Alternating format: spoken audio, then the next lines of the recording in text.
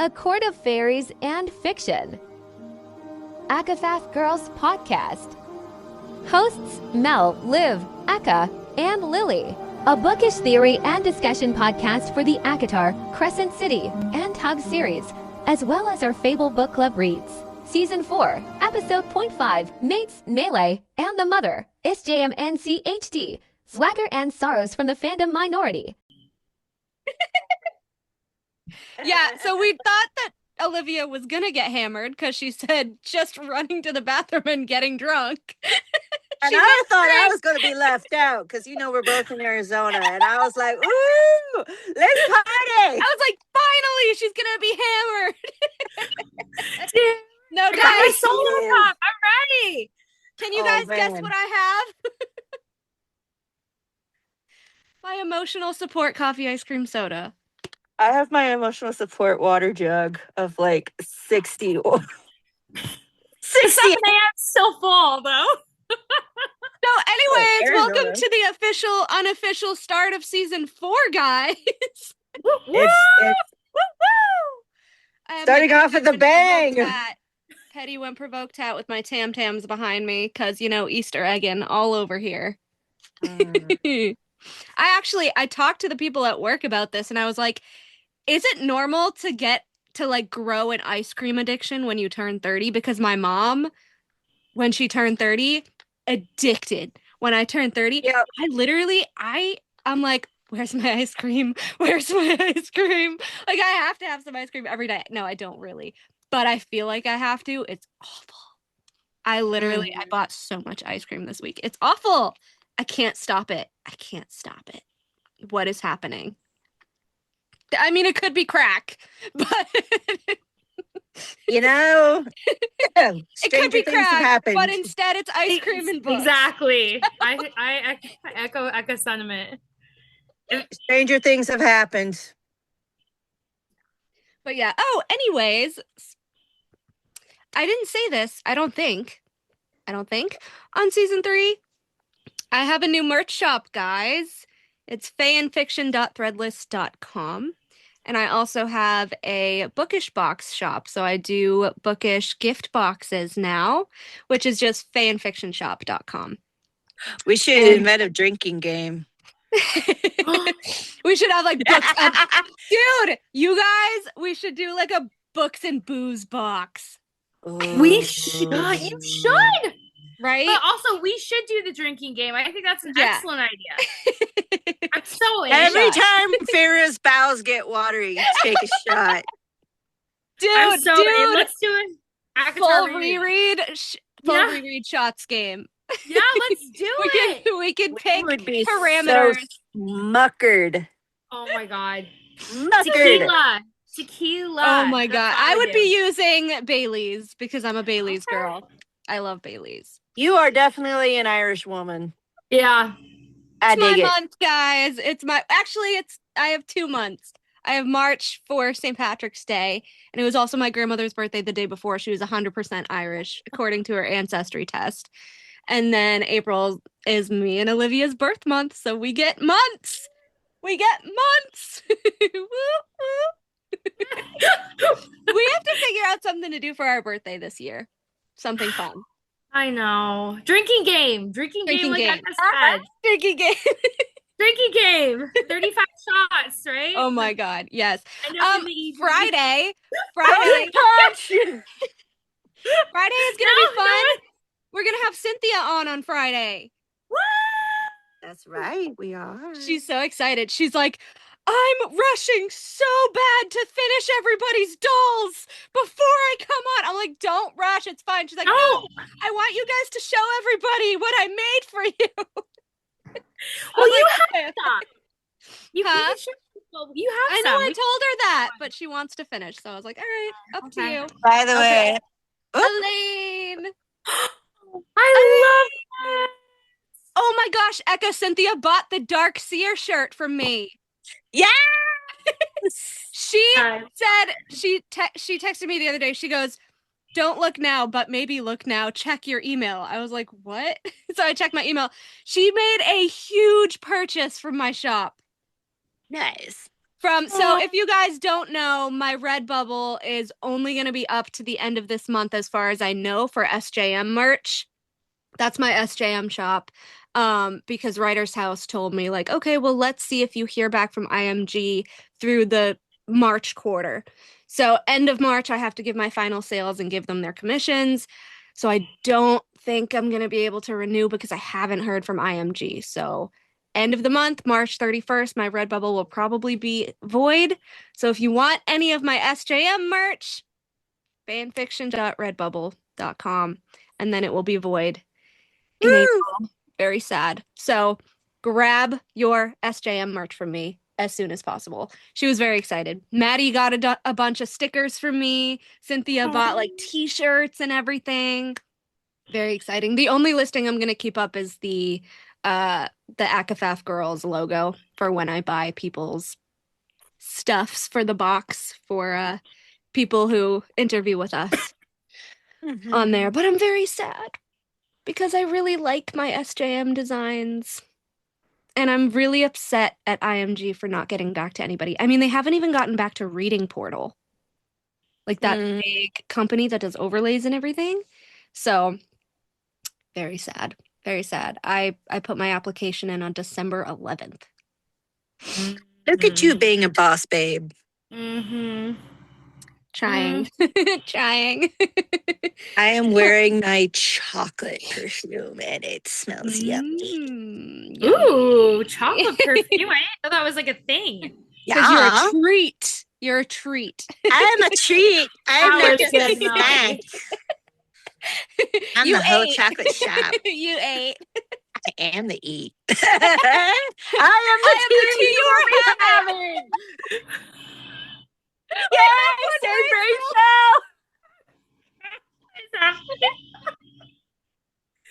Oh my god, you too. Oh my god, did you see that reel too the other day? I don't know if it popped up for you guys. There was a reel about like, oh, when you become such good besties with someone that you sync up, and it's literally them saying the same thing or doing the same thing at the same time. I love it. Yes. That's hilarious. Oh my god. All right. Whew. Business faces. Whew. No, I actually really like that we're doing this because it very much mirrors me and Olivia's crash out over Hofas when Hofas got leaked. Dude, Do you remember where we were 2 years ago, Olivia? He's done this. Full circle. It is full circle. I mean, Olivia was pissed over that too, so she's the same person as 2 years ago. Yes, I am. Only now she gets drunk in the bathroom. Apparently. With her orange solo cup. With her forbidden toilet punch. Oh my god. Okay. I got all my charging equipment. I got a new light, you guys. Look at. If it works well, I'm gonna get one for you. Nice. So clearly this season is all about whimsy Mm-hmm. and saying no to bullshit. But while being on our own bullshit. Yeah. Mm. Amen to that. Whimsy. Yeah. Okay. So, anyways, welcome back, everybody, to season 4 of A Court of Fairies and Fiction podcast. Thank you for joining us. We are already in our shenanigans, in our shit. So let's just start. Sarah announced the next 2 ACOTAR books. How are we feeling? I called it. Just gonna say, 2 fucking years ago, I called it. I also called it because I was saying I have a really strong intuition that's telling me that she's going to report an announcement. You said March. About March. You said March. Yeah. I did. You did. I commented on Sarah's post. It was so funny. I did a reel about this. You guys saw it. But I commented on Sarah's notebook post in July. I was like, drafts! It is plural. It's 6 and 7. And everyone's like, you're fucking crazy. And I got fucking death threats. And you know what? Someone went on that post, someone I've never talked to before, and they commented and they go, this aged so well. Congratulations. And I was like, fuck yeah, bitches. Fuck you to everybody who gave me death threats over it. We were both right because it was drafts plural and it was an arrow. It was an arrow. And win. She was like, it was 6, 7, and 8. And I was like, we were both right. Because she said the arrow was for Akatar 6 and more to come. And then at the end, she was like, so you're getting 6 and 7 and 8. And I was like, so we were both right. That double entendre shit, Sarah. Who thinks about these theories? Like, ma'am? Bitch. Ma'am? I know. Ma'am. Oh, come on. That was like, when she said that, I was just like, oh, give me a break, Sarah. Sarah. Come on. Oh my God. There's been so many rants. They're like, okay. Antoinette and Candy did a live earlier, and they said they were a little bit upset that she doesn't give herself the credit, and she kind of just blows it off as like, oh, you know, whatever comes into my mind, and I don't really think about it, and you totally think about it. Like you've said in past interviews, I love spreading the breadcrumbs. I love thinking ahead. I love thinking of all the, crumbs and everything to put together, the Easter eggs, and she loved watching people try to put them together. And so it's like, this interview when she's just like, oh, it just popped into my head and I kind of just go with whatever. And like, I wasn't planning on Reese and he just walked in and that we knew. We've been saying forever. Yeah, but that's crazy because I've been telling you guys that 2015 interview where she was like, yeah, I had to rewrite Mist and Fury and Aka War because I wanted Reese to be Endgame and Tamlin was the original Endgame. And then she switched up and she's like, I always knew about Reese. And it's like, no, you didn't. So I'm so glad she went back to her original story and she was like, yeah, I wasn't planning on backpedaling. He just walked in. Yeah. So it's like, you were planning on Tamlin being Endgame. It was so obvious in book 1. Until Reese walked in, like she said. And then it's like, okay, well, if she thinks he's the most beautiful man alive, that's obvious, But I do kind of agree. It's like, you should give yourself credit. If you are thinking ahead and you are putting these Easter eggs in, it's like, why wouldn't you just say that? Because you're talking about being a strong woman and strong female characters, but you're not giving yourself due credit for your own writing. I don't know. I thought that was a little bit weird. What did you guys think? I think she still battles with imposter syndrome and anxiety. I mean, not to seem parasocial or weird, but it was kind of like I could read her like a book. And it was just like, this is so weird.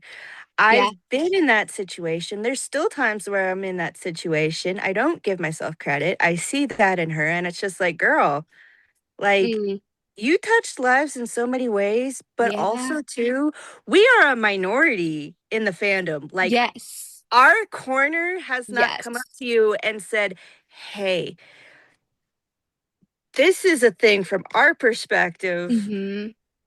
Here's a different perspective. Because although she did bash Tamlin and Lucian, however, I also think that if she were to hear an alternate side, I do believe she is empathetic enough to be like, oh, so this is complex. Let me explore this. I did want to touch on that. She does actually say something about that, but we'll get to that. Go ahead, Olivia. No, and that was my thing. Is it's like, do you guys think she ever has actually been approached by someone who likes Tamlin as a character? Because I feel like she's just surrounded by Phazan people, and so now I wonder, Eka, like, kind of to your point, like, has she ever talked to someone who likes Tamlin? I had to unpack that because let me tell you, I was freaking triggered. And if anyone goes, ha ha ha, you were triggered. Like, first off, we're grown women. Why are you bashing other grown women? Yes. Yeah. Thank you. Grown women do. That is a middle schooler shit. Yes. Thank you. Just go do your homework. Yep. So Anyways, ACOTAR 6, October 27th of this year. Very exciting. I was a little bit shocked by the page count. I do know that she said it was one giant story, I guess kind of like Kingdom of Ash in 4 parts. So part 1 More like is gonna be- Assassin's Blade, but like Kingdom of Ash. Yeah.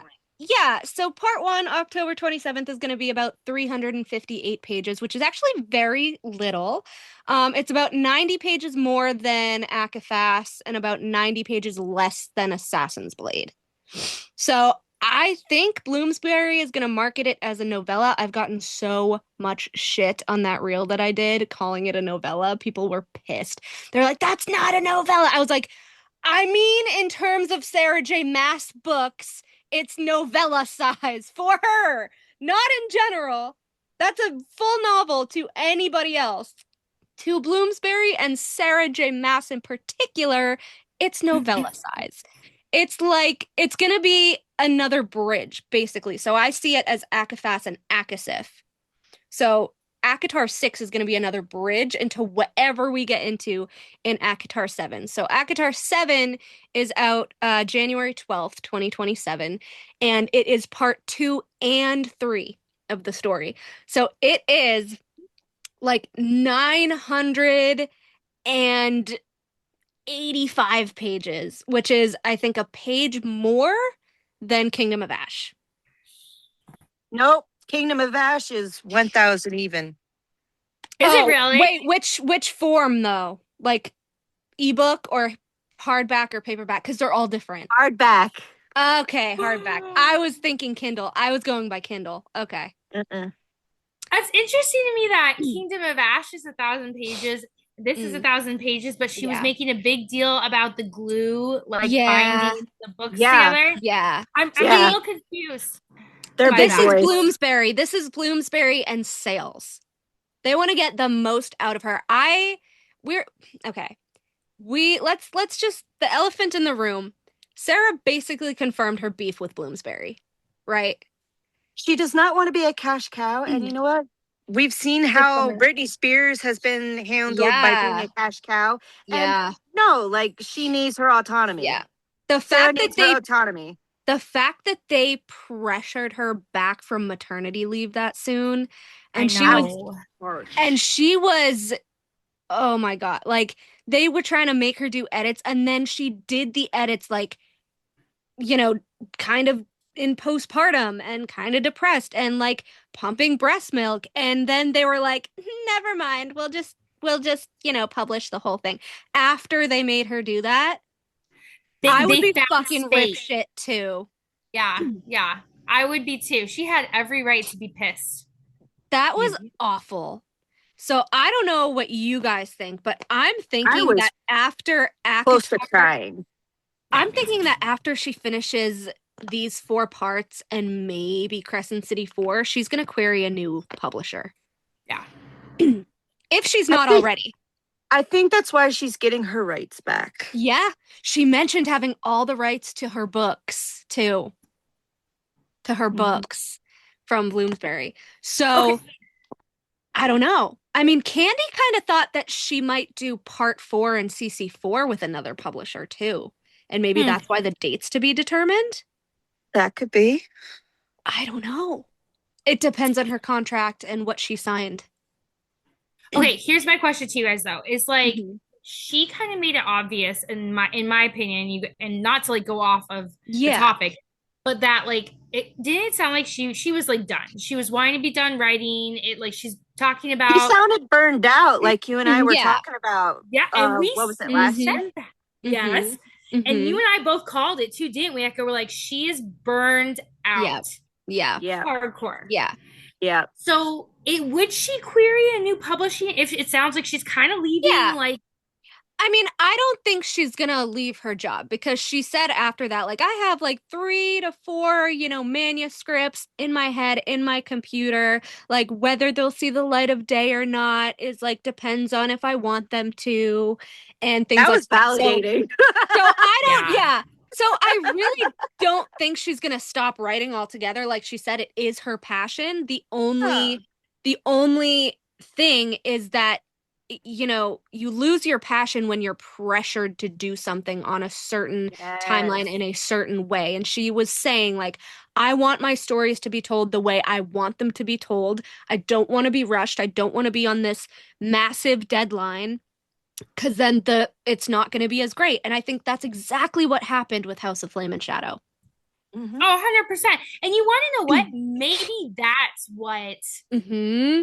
That's what triggered her. What triggered her is that there was such backlash on House of Flame and Shadow. Because she even said, like, and she's that like, wasn't even the story she wanted. Come on, she wanted to do a longer story. Yeah. And they were like, Yeah. you need to condense this. Okay.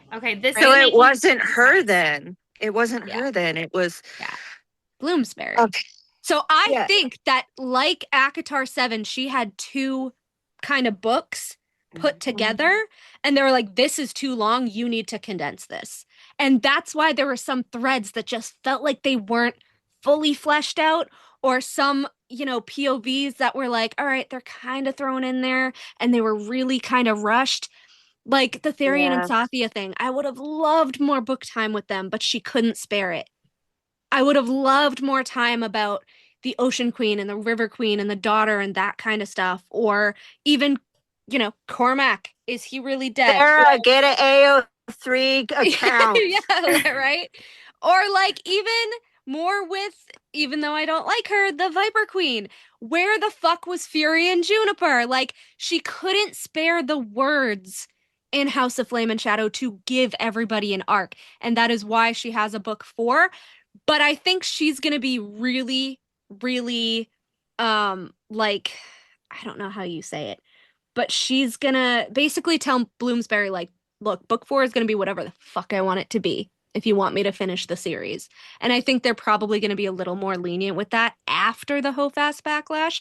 I don't mind Hofas. It was a little bit rushed. I don't mind it. I just think it would have benefited from being a lot longer, the way Sarah probably intended it to. Yeah. But I think she wanted to write it the same way that she's writing the rest of the ACOTAR books right now, in multiple parts.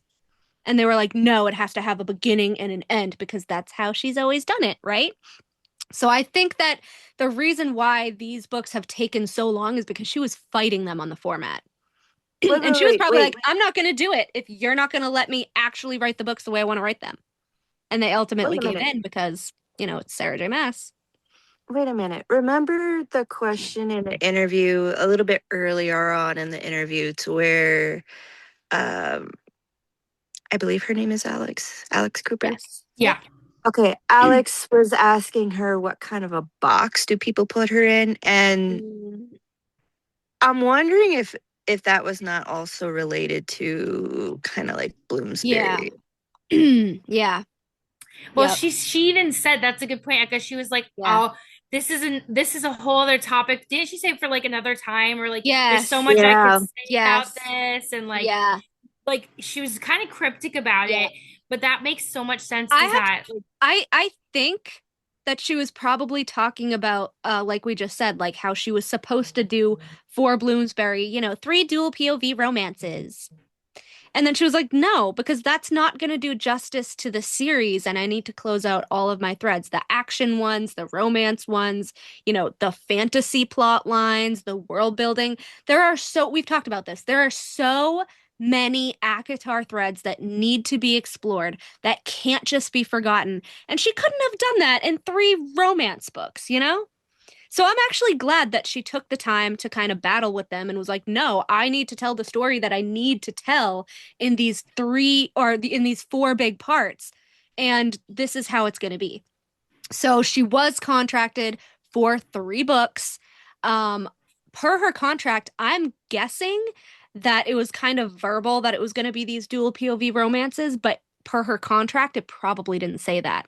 So that's probably why she was fighting them like, okay, you contracted me for 3 books, but I'm going a different direction. I'm going a different format. And they were probably upset about that at first, but ultimately, that's how we're going to get all of our threads. And I'm kind of glad that she stood up for her work, just like she did with Hulu, where she was like, I want like full creative control. I don't want you to change my characters and my shit.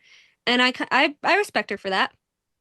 I thought that was great. I was so proud of her for doing that. I think Mhm. it's fantastic, and as she should. This is like her Mhm. baby. Why would you Yeah. not have full creative control? Like Yeah. we look at like what happened with Colleen Hoover, right? Is like she gave up the rights to her book to somebody Yes. else, and then she really regretted it. And you There can was tell that was a fucking mess. Yeah. yeah, exactly. I could And so totally see why Sarah was scared away from that.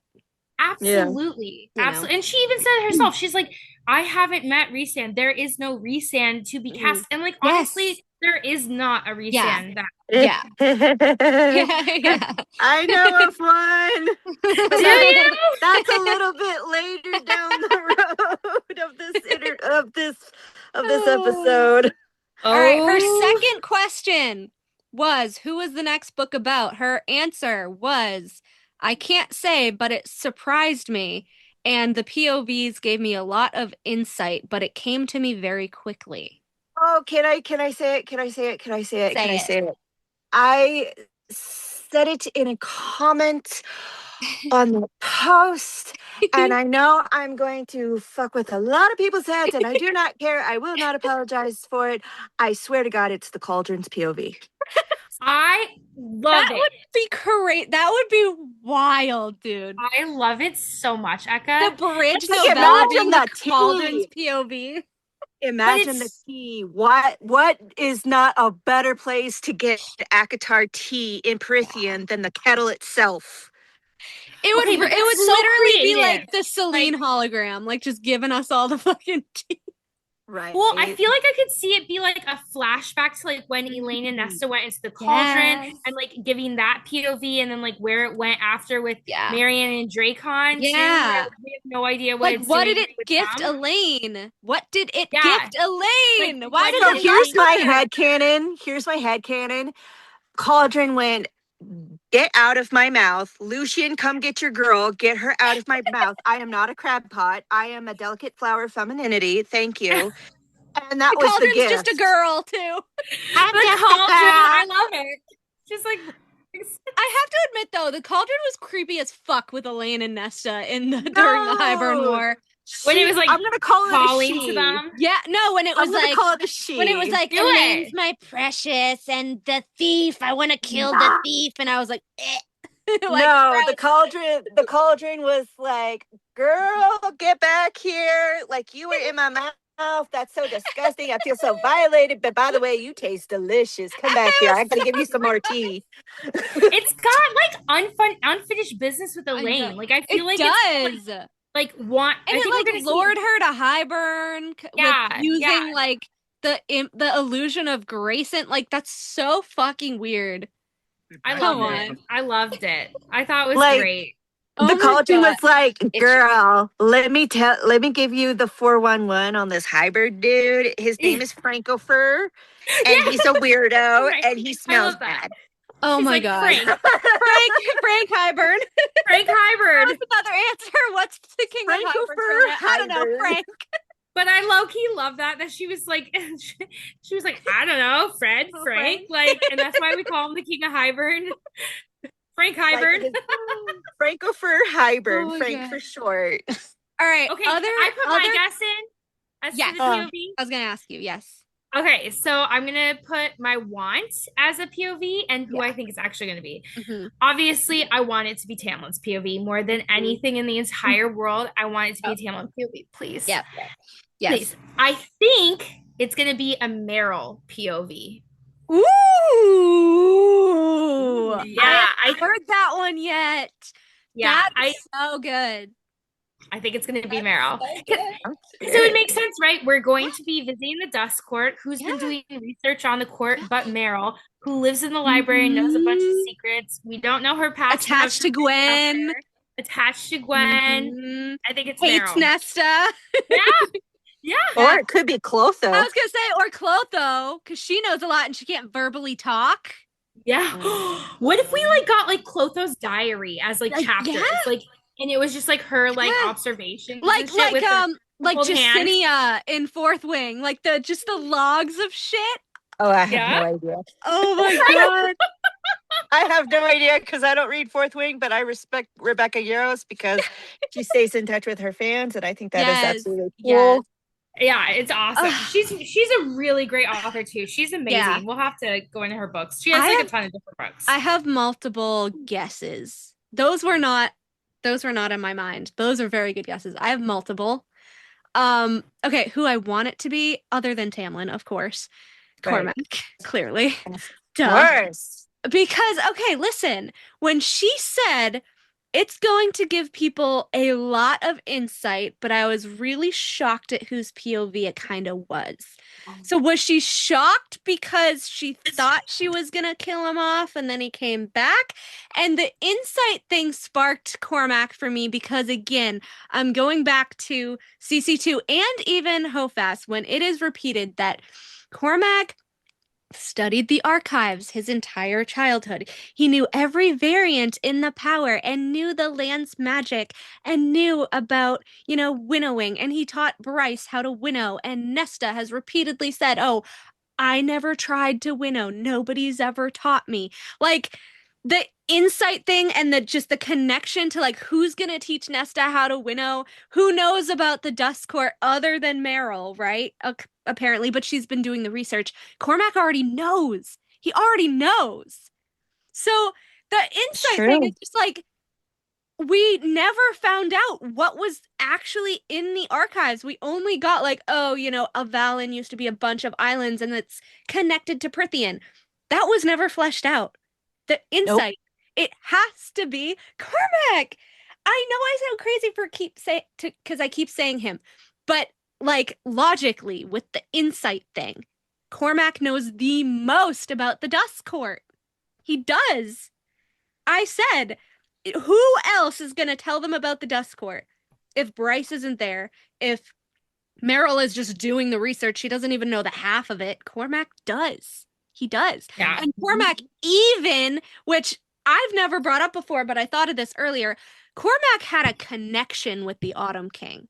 He was visiting the Autumn King off page, and that is how the Autumn King is like, "Oh, I'm going to marry Bryce to you because you're the son I should have had." Rude. Rude. He's a starborn. He's a starborn prince. He's the undiluted bloodline of the Dust Court. And the Autumn King was trying to get back to Prithian, the original world of the Fae. So Cormac probably knows a lot of what was in the Autumn King's folder that we keep going on about and why he had the orrery. So the insight thing, I'm just like, immediately I was like, it has to be Cormac, right? Mackie. But if it's not Cormac, my second thought was Lady Autumn. Because who's giving the insight to Eris about the Sister Peaks and why they're carved out underneath? I would love a Lady Autumn POV. Holy shit. We might actually get to know her name. Because she is the fire wielder of the South, that Thea was connected to the redheaded fire wielders of the South. Where is Eris getting the information but from his mom, from the line, who is also connected to the Autumn King because they look like twins. And Lucian. Because again, Helion, the sun is his sigil. The sun is on the Dread Trove, which is also connected to Dusk. I think, and I will say this until the day I fucking die, I still think Ember is half human and she doesn't know because she was born under the Asteri parasite. I think her lineage is from the Day Court, and I think that the Autumn King and Ember were mates, and that's why kind of the mother, whatever Erd that they call her, made them have a child, which is Bryce, which is the Starborn Princess. I think that's also why Helion and Lady A are mated, and when they had their affair, Lucian came of that. I do think, obviously you can't choose whether you have a girl or a boy, so I think like Lucian is a Starborn Prince. They're not as strong as Starborn Princesses, but Lucian and Bryce, we can't kind of forget that connection. They look like twins too. It's Lady A and the Autumn King. It's Lady A and the Autumn King. They're both tan. They have the same Bryce color eyes. Lucian. They have the same color hair. Yeah. So the fact that it was the Autumn King and Ember, and Lady A and Helion, and Ember and Helion look like twins. Lady A and the Autumn King look like twins, and their children look like twins. This was divine intervention. This was fate. And I don't think that's for nothing. I don't think that's coincidence. And so I think it would be really cool if it was a Lady A POV. I think it would also be really cool if it was layered and we had kind of a flashback of the Autumn King's POV too. I'm not trying to give you false hope, Olivia, but if I can have Cormac, you can have the Autumn King. Okay. I don't like over here trying not to like get my heart all set on it. Like and then my third, okay, like I said, I have so many thoughts. My third is Balthazar. Because what's happening with the Illyrian coup? Are we gonna get some actual insight into Illyria by an Illyrian who doesn't like their backward nature? I would love that too. Oh my God, these are like such good suggestions. I would love a Balthazar POV. I totally forgot about him. Right? Oh, it would give a lot of insight. We know nothing about Illyria, pretty much. You know? Okay, but that would also flow really well into like the Gwenriel side of things and like and Emery. It could be an Yes. Emery POV. Interesting. Or it could be Kier. In Or him, who knows or Thanatos. or it could be a memory of Reese's sister, or just flat out say it's Lauren. It could be Lauren. Yeah. Oh my God, it could be Lauren POV. Holy shit. We can get Lauren's. Okay, actually, her and Cormac make the most sense. Her, Cormac, and Lady A make the most sense. It is black and gold. The cover is black and gold. Yeah. You For guys, now, I will the placement. lose my shit. Okay, in case no one has figured out, I just have to say this. I don't even know anything about Reese's sister. We know nothing about her, but she's already like one of my favorite characters. It's Lauren. Did you see how she reacted to the Rune and Reese question? Come the fuck on. She was and the freaked Starlight out. Pool question. Weird as Who shit. thinks about She that? was like, I can't tell you that, Alex.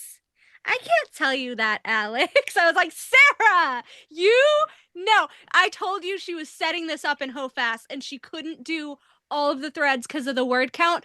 But the fact that Rune looks just like Reese and then Lauren and his sister look just like Celine and Azrael's like, oh, Celine looks just like Reese's sister and Rune looks like Reese. Oh my God. It's Cormac or Lauren or Lady A, but I think Cormac and Lauren are the two best guesses, I think. Honestly. Like, stop gaslighting us, Sarah. We know. Because because Lauren would know about the spring court, like the portal too, the Starlight Pool. Yeah. But then but here's the only thing is like I don't want to get our hopes up because she like that has to do with Tamlin, right? Like if we do that has to do with Tamlin. And the way that it might she be book talked 4. about the way that Part 4. it might be like them getting chased and killed. Maybe it's the like scene where they're like being chased or whatever. But like she did not talk about Tamlin in a positive light, so I like don't want to get my hopes up that it could be like a Reese and sister thing. I actually did a whole thing about Tamlin before we came on because I had to watch it for a third time, and I actually did change my mind. I have a lot more hope than I did because her body language was a lot different, and the specific wording that she used was a lot different. I think at first I was just kind of enraged. Like my initial, my official reaction was just like, "Oh my God, she's trashing Tamlin," and then I was like, "No, I have to think of this as a writer. I have to go back. I have to actually listen to her," and so I did. And it actually wasn't as bad as we thought. It wasn't as bad as we thought. The Reese stands, and I think this is why people are angry. The Reese stands are cutting off the context after she says, sometimes I'm like, wow, this fucker can burn in hell. But she says afterwards, but as a writer, I would like to do it justice, and I would find it interesting to kind of, delve into that or whatever. She says something along the lines of, as a writer, she wants to do it justice. That's not that bad to me. Okay. So again, I posted my whole opinion on that Tamlin thing. And she also said, which was the biggest part of my hope, is that she knows. So I'm going back to what you said at the beginning here, which is why I said would get back to it. She mentioned that she wanted to kind of do his story justice, not just because she pities him, but because she knows that there are different opinions from the fandom. She said she knows that there are different interpretations and she kind of wants to like do it justice for all of the fans and all the Wait, she said interpretations. that? I don't remember her Yeah, saying that, Melanie. yeah, She did not say that. Yes, she did. She said, I literally just watched it. She said something along the lines of, I know that different fans have different interpretations, and I kind of want to do it justice. In different words. So she didn't forget about us? In different words, but that's along the lines of what she said. I will send it to you. That is what she said. Okay. Because I had to go back and I really had to listen to it. It was when she was talking about, Tamlin has his own trauma from under the mountain and his shitty family. And I pity him, but I also have to kind of empathize as like a writer. And like, I know that there's like fans who have their own interpretations. And like, that's what she said. And I was like, huh. And so all the restands are just taking what she says after, which is like, yeah, like she talks about her friend calling her abusive ex Tamlin and all this stuff. And then she's like, as like a person who has a friend like that, I'm like, yeah, this fucker can burn in hell. But as a writer, it's very interesting. But I would kind of want to like, do it justice, but it would be sensitive and stuff like that. So I was like, I really did not listen completely the first 2 times because I was too mad. But she definitely I was so triggered I didn't even hear that part. I was pretty definitely triggered. made mention of knowing that there's all different parts of the fandom. I feel so bad now. So no, you said that to us. Don't because we all crashed out and we were all mad. That's why I was like, all right, I'm a writer. She's a writer. I understand personal opinions, but a lot of the times in the books, her canon is not equal to her personal opinion, which we've seen a lot in the past. Yeah. So I was like, I have to go back and really listen and look at her body language for this. And I was shocked because I was like, there was that part. And then there was the part where she was like, she kind of empathizes with him as a writer. And she would want to do it justice as a writer. Okay, Jesus, we're not excluded. Oh my God. But she said that. And then she said, and then I had to go, and then she went into the whole thing of like how many people left their abusive husbands because of that.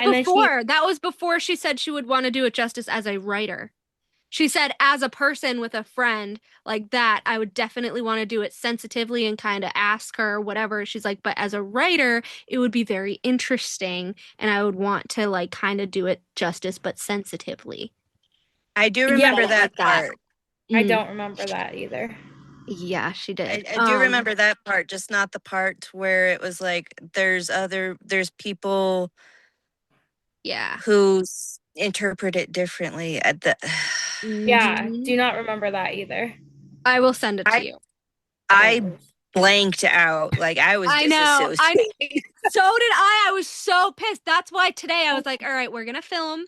Right before we filmed, I went back to it so it was fresh in my head right before we filmed because I did a reel on it right before we got on here. And I really, really sat and listened to it with her specific language and her body language and what she was actually saying for both sides. So I came out of that actually pretty happy. And I had a lot more hope than I did originally because originally my reaction was just pissed. And now I was like, all right, she didn't say, she didn't just say, oh, this fucker is going to burn in hell and screw him. She said, as somebody with a friend who calls her ex Tamlin, she would love to say that. But as a writer, she is asking her friend, about how she could do it sensitively. And as a writer, how she would find it very interesting to delve into him more. And I was like, but she also said that the Tamlin aspect of it was the hardest thing about the ACOTAR books for her. Yeah, she was like writing it would be very tricky for me, but I do remember that. I find it very interesting. So I've told you guys this before, but even politically, she has to go back to spring. The wall is down. Baron is vying for the court. You know, his people are with Summer. The they already lost Baron for the Koshi War, so the High Lord collective of magic. Remember how she described in the book how the High Lords have a collective, kind of like the Queens. The Queens can only winnow together, and the High Lords can only do miracles Called together. They lost a Baron synod. already. A synod. Yeah. So they lost Baron already. They can't lose another High Lord. It's depleting their magic as a collective. They can't lose Tamlin, or they are going to fucking lose this war. They are fucked if they lose one more person.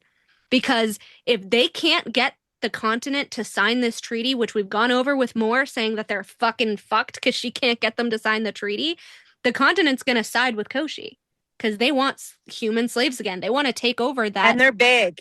The continent is huge. Yeah. Yeah.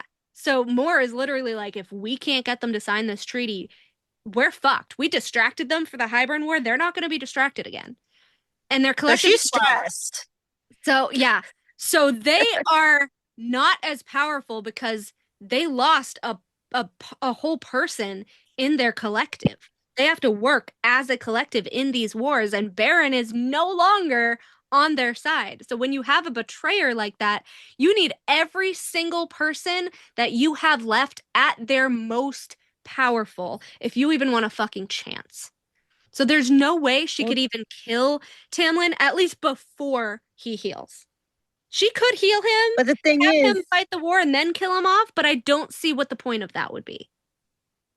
but treating Tamlin like shit is not going to get that end goal. Exactly. Which is why she's saying it's sensitive and I would have to do it justice. And I've been talking to my friend about it. We have had conversations about it, which makes me think she already has a plan in mind. And because she hasn't written part 4 yet, and she was basically saying that she did say, I have many options of how it could go. That's what she specifically said too. I do think that she is going to write it. She just has to figure out which option to go with. So, okay, if we're like talking about options for Tamlin, it's the Briar option, the Lauren option, the he just dies option. What other option is there? Just turning human, Turning being human. leaving, Giving spring and giving spring to somebody. Elaine. That's which right. I don't think would work. But again, she could just toss out her own world building. I don't know. I don't see her doing that. Hold on. How about this? Let's explore this a quick tangent. Remember, I like tangent. Quick tangent. It's never a quick tangent. Remember when Feyre was kind of having a moment? Which one? About the High Lady thing. Like, I don't think I could survive being High Lady. And Tam is, being deaf blunt, or in this case, I think autistic blunt, and just going. He was autistic blunt. Let's be real. He was totally autistic. They're like, there's no such thing. What the fuck you mean? Like he said, there's no such thing. Not in a misogynistic way, Not but just in a bad way. Just bluntly, yeah. Like there was no such thing. He doesn't know that there used to be 15,000 fucking years ago. Like, neither does Reese. It was literally autistic though. Like Reese was just autistic. Basically like it was autistic coded. Yeah, it was autistic coded for sure. All right, I have a question for you guys. Wait. Ekka's still going down the tangent. But wait.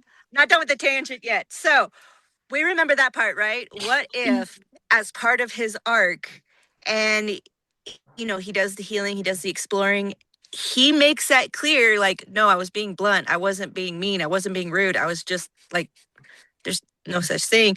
But we could change it and have the magic choose. And what if the magic just happens to choose Elaine, and he is just the scene is in, I can see it, the scene is in such a way that just makes everybody bawl their eyes out. That would be I cute. would I don't know. It's okay. The only thing that catches me up on things like this, whether it be, Helion giving it to Lucian or Tamlin giving it to Lane, whatever, is that her magic and her world building is already so set to where you can't to where the lands don't transfer power unless the previous person is dead. So he would have to be killed off if Elaine was giving the magic. And not only that, but or he, because he's a shapeshifter, he pulls a Lorcan and an Elide yeah, and he becomes human Yeah. for Briar. yeah, That would be yeah. sweet. Mm-hmm. But Can't I don't argue with know. that. Would it transfer? I don't know. Would it still Yeah. transfer just because he shapeshifts? Yes. Because what if he decided he wanted to if he shapeshift back? if he does a Nesta and says, I give it back. Let me be human, I give it back. He does like an Arwen thing. Yeah. I give it back. Let me be human so I can be with the woman I love. Yeah. Yeah. I could see that happening. But before that could happen, the lands, the core of the lands and the core of her world building would have to change to be able to choose women. And right now it isn't. Oh, they're already changing. Yeah, right now. When? The lands are already changing because Feyre. Tamlin is depressed as hell. Okay? Oh yeah, I know that. Yeah. Homeboy is depressed. Yes. But saying the spring court is like a mess. It is a hot ass mess. Okay, it's a bird nest. But I'm saying the physical lands do not choose females to rule. It just doesn't. That's weird because nature is mother. I know. But again, Thea and Celine fucked with it. So Feyre is not, I will repeat this, Feyre is not a natural high lady. Rhys she's not. Not right now. Rhys not right now. Gifted her the title. So this was my question that I wanted to ask. Do you think Rhys knew the history of his court? Do you think he knew about the Dust Court and that there used to be a high lady? Or do you think that was just kind of an impulsive, I love Feyre, I want to one-up Tamlin, I'm going to give you this title? Because when they talk about Fionn, the last High King in Silver Flames, it seems like he had no idea who Thea was because the Prithian world forgot who Thea was. Right. So I don't know if Rhys knew and never told anybody, or if he was just impulsive enough and it was like in his he's impulsive. Blood memory, because kind of with magic people, you have this sort of blood memory, right? Where we talked about with Feyre in book 1, how she's like, there was something in my memory of the way that magic felt, like when she was on the horse. Epigenics. It's called epigenics. So Rhys, it could have been some kind of like epigenetics bloodline memory thing for Rhys, or it could just have been like impulsive. Oh, I want to one up Tamlin, so I'm going to make her my high lady because he said it couldn't be possible. Like, I don't know. But I think it's both. But somebody would have to, the lands would have to be completely and inherently reverted so that it could co-ed choose rulers. And right now, it does not choose females because of what Thea and Celine did. They ensured that it didn't. Yes, but Nesta, Queen of Queens. Nesta, Queen of Queens. He's gonna talk to the mama. And the mama is gonna listen. Here's the thing, all right?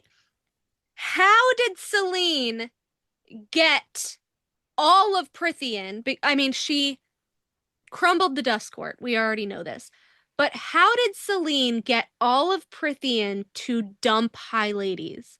And how did she get the lands in particular? Like, okay, I think what we're missing for context here is how the courts came to be. We never got that story. I think that's super important. That's the context that we're missing. Because Amren's like, oh yeah, like when I came out of the prison, suddenly courts were here and whatever. It used to be, remember, it used to be one big island. Eka seems to know. Do you feel like you know, Eka? Don't know how the courts came to be and how the High Lords were crowned. Yes, I know how it came to be. The mother is also autistic, just like Tamlin, and has to line up her toys and parade them around the land of Prithian and be like, you are going to be dusk, and you are going to be summer, and you are going to be spring. You just saw and all these you clumps of fall. people with the same magic hanging out together and is like, you're a court, and you're a court, and you're a court.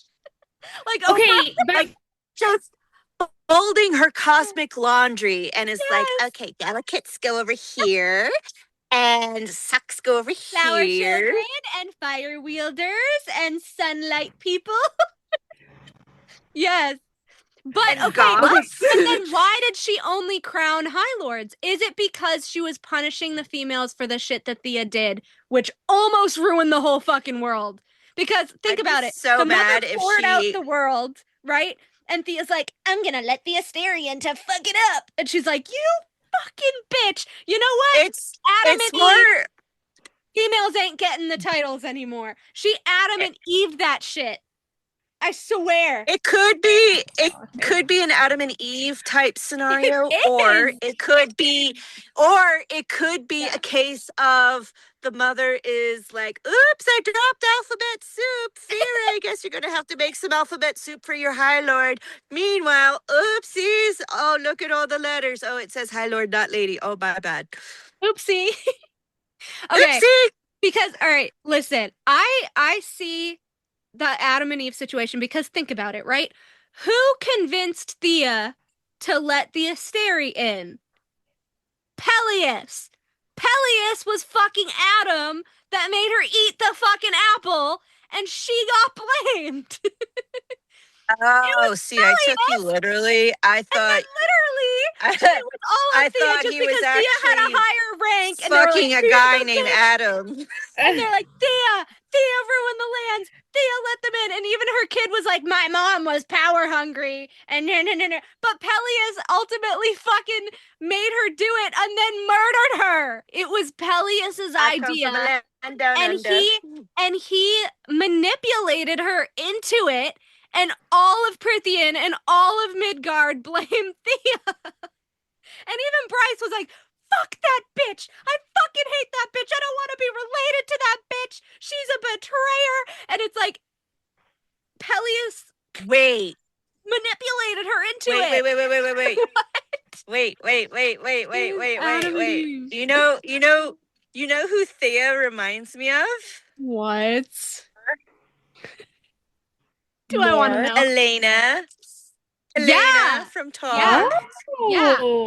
I've been saying, where is Thea's, not Thea, Celine, sorry. Where is Celine's sarcophagus? We see a sarcophagus in Crescent City. We see Peleus's, the fucker. We see Peleus's sarcophagus in Crescent City, and we see Elena and Gavin's in Tog.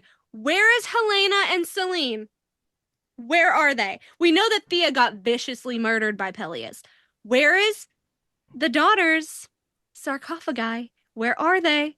Where are they? It's under one of the mountains. Wait, listen to this. Under the mountain. Listen, though. Okay, somebody DM'd me the other day, and I hadn't looked it up before, but they asked me, they're like, what does Bryaxis mean? And I was like, that's a name I never looked up. Bryaxis was She's a Stygian spider. I think so. But in mythology, in Greek mythology, Bryaxis was a Greek sculptor, one of the most prominent Greek sculptors. And you know what one of his biggest projects was with 3 other sculptures? A mausoleum, a giant tomb. He did a side, and the 3 other sculptors did a side. I think that Celine's tomb is what Bryaxis was guarding. Love that theory. I love it. Because everyone's like, oh, it's the pit to hell. It's the pit to hell. But remember, Celine, if she didn't want to be the High Lady and she was just in love with her High Lord of the Night Court, what if it's Celine and the original High Lord that Bryaxis was guarding? Her and the original High Lord sarcophagus. Like Elena and Gavin were under the library. Does that mean that Bryaxis is a death god, or is she a guardian? She Like could be, a yeah. gatekeeper? She's the girl Mort. Oh dear God, we're all She's fucked. the female Mort, just more vicious because it's the Night Court. Hold on, if she's female Mort, that means that Mort traded a door for a window. Yep. Yeah. Love that so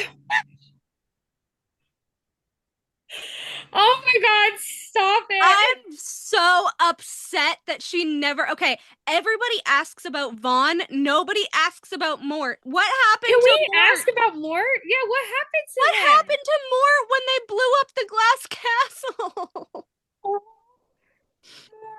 Mort. He's just gone. The fuck? No, what? Nobody asks about Mort. It's so annoying. I'm like, what happened to Morty Mort? Morty and Mackie, what happened? What happened? Number 3 question after our many tangents. I literally Connected, I swear. number 3. They are connected though. I feel like we've done Hawaii. questions. Well, now that we're kind of connecting in Throne of Glass, so she was asked what Lorcan did, and she's like, "Oh my God, this fucking question." I know. Oh Then my she was gosh. like, "Well, maybe one day I'll give you guys like a Christmas bonus chapter special on what he did." So now everyone's like, Yes, Christmas bonus chapter, and they're freaking out. Amazing news when she said that. I was like, and I haven't even read it yet, and I know I want to read that. I know. Like, I okay, was thinking all kinds of dirty shit. but at the same time, I'm like, all right, she's just gonna do like a chapter 55. Like, do we really need to know what Lorcan did?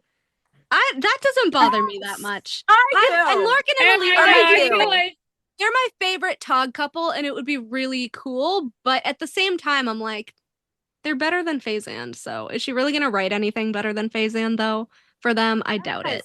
yeah. Yes. Because Yes. Alid reminds me of Elaine, and I feel like if she gave us that bonus chapter before Elaine's arc, it would just give away how freaky Elaine is. We all know she's gonna be the worst, like clearly. Yeah. Okay, you guys, Don't real look quick, so I had a shocked. thought. She wrote Tamlin, she wrote Elaine as like, there's foreshadowing that she's gonna love spring and she's very spring coded, blah blah blah. Elaine wants to be human. Tamlin, in his origin story, right, turns into a human. I still think Tamlin, especially after how she talked about Lucian, could be a thing. I still think Tamlin's gonna be a thing. I don't. It could be an Well, option, but I don't An know if she's option. going to go with that option. Yeah, that's true. I don't think she would do that because the sisters are her main 3, and she wouldn't put Tamlin again with an Archeron as her main 3 after saying that like her friend calls him abusive or whatever. Yeah, because Elaine knows the story from Feyre, which would be totally different than like a random. Speaking of, which would be like totally different than like Briar or whatever who doesn't know him and. Yeah. I have to ask this, Mel. You watched it again. It's still fresh in your memory. What are your thoughts about the Lucian slander? Because that at me. Okay, I did watch it again, and I've been seeing multiple different thoughts about it on Instagram, and again, initial reaction kind of pissed, and I was like, why are you gonna say that Lucian did that when he didn't do that? Going back, she was talking about Elaine and Elaine's point of view of things, and Elaine's having a lot of shit going on. And she's like, what if you woke up one day and you were just married to this stranger and you're like, this is forever? And you didn't really want that, at that point. And, he's hot, but like, you're fucking connected to him for your entire life. So she was going off of Elaine's POV, and because Elaine says in Akawar, like, you betrayed us, which wasn't true. Which wasn't true, which is always weird for me, but she was around the inner circle. So you know what the inner circle would say about them. So I think she was talking strictly Elaine's point of view, not exactly what happened. Okay. And she did say, which I wasn't going to get into that until later because we're going to go on a tangent, but it's fine. We can do it now. We've had all kinds of tangents, but Yeah, fine. it's fine. Yeah, exactly. We're fine. We'll live. All right. So the Aleutian Elriel thing, the Tamlin thing and this thing, I specifically went back because those two pissed me off the most, I think. And I had so much more hope for Aleutian the second time or the third time. It was the third time watching it. I had so much more hope because the way that she was talking, she was like, oh, unlike like Feyre and Rhys and Nesta and Cassian, like she's not gonna have it like as easy, and which I don't think they had it fucking easy. Easy? I think what she meant is, after a couple chapters, Feyre was fucking Rhys and all for Rhys. After a couple chapters, Nesta was fucking Cassian and all for Cassian. I think she's telling us we are gonna get our like Regency slow burn with Aleutian because it's not gonna be easy for either of them because she didn't initially want a bond. She was engaged to Grayson and she had this whole thought of what her life was going to be in her head. And even Lucian was so adamant that Jasminda was his mate and she was the love of his life, and just knowing that she died because he loved her and they were never mates was crushing to him. So remember that interview that I sent you guys where she said the same exact thing about Lucian? That Lucian and Azriel interview when she was in Miami? When she said, when someone asked, are we ever going to get sassy Lucian back? And she said, Lucian has his own shit going on right now. Like, he has a lot on his plate. The exact words that she just said about Elaine. So it is going to be a delicious slow burn with them. Slow burn like autumn burn. It's not going to be quick. It's not going to be forced proximity easy. It's going to be something that they are working on, that they have to actually connect with, where they have to actually speak to each other. Elaine. So yeah, I really think that when we get Aleutian, I don't think they're gonna fuck until the end of that 1,000-page book. Oh God. That is how slow the slow burn is going to be. Because again, Let's bring back yearning. That's exactly what I thought, Eka. The yearning. Yes. The yearning. I still wholly think that Gwenriel's story is going to be first, but now I think that Gwenriel and Aleutian are going to be in that one book because there's a lot there. There's Illyria, there's the Autumn Court, there's the Day Court, there's everything. With the these fucking necklace. Yeah, the necklace is coming back. You guys in the fucking necklace. I don't think that's ever coming back, but I'm gonna. I swear to God, it is. It is a plot device. Yes, it is. It was a plot device. It was a plot device. Once a plot device, always a plot device. Still is. I will bet you guys $50 that the necklace is never coming back. I swear to God. I will take that bet. I don't have $50. I will take that bet. $10 each. The necklace is not. I'll give you a seashell. I'll give you a crystal that my ravens have left me. Like, it's not coming back, guys. If it didn't come back in Akasiv, it's not coming back. Anyways, back to what we were saying, because you keep derailing me. What? The book is gonna be Gwenriel first, and then Aleutian, and they're not gonna fuck until the very end. It's gonna be a very, very, very slow burn. So she said, Elaine is very much processing the events of turning into Fae rather violently and dealing with some possible feelings of betrayal, with her mate being somewhat responsible. Mates don't always align with love, and sometimes nature can make mistakes. See, I think that was her fucking with us. I don't think she meant Elaine. I think she meant somebody else. Well, here's the thing. I do think that they are going to have a fling. Like Elriel is going to have a fling. That would be okay as long as she ends up with Lucian. Agreed. And they're like, okay, that was fun. This was messy, but it was fun. Thanks. Yeah. Wham, bam, thank you, ma'am. Thank you, goodbye. next. I'm going to my... Yeah. Yes, thank you, next. Yeah. I don't know, guys. The way that she put, okay, the post that she made, right? Everyone's freaking out about the freaking blue and pink hearts, right? It's Oh, male and female. That's It's a what hetero I couple. thought. I'm like, it's yes. just a boy and a girl. And then, did you see the bottom of that post? What she put? The two girl Under hearts. the cut, the two pink hearts with the music notes in between. That's Gwen. Or No, Gwen. the two. or She was trying to It's tell us that more. the pink hearts mean Gwen. or it's Rita and Moore. It's more an Emery. It's more No. an Emery. They're not musical. Neither of them are musical. Moore had the Karaoke. orb for music. Karaoke. No, she didn't. That's the truth Yeah. orb. That's not a Oh, music orb. She taught It's a Nesta magical snow globe. She taught Nesta all of those dances and brought Yeah, because the she was music. forced to. Moore knew all those dances though. I don't know. But the only two played people karaoke actually at equated with Rita's. music are Azriel and Gwen and Tamlin, Wh- but we know that it why ain't would- him. Why would Gwen have two pink hearts? It doesn't make any She's sense. telling us that she meant the pink heart up above means Gwen. Because it was blue and pink, boy and girl, and then under the cut, it's pink with the music notes. So she's talking about it being Gwenriel.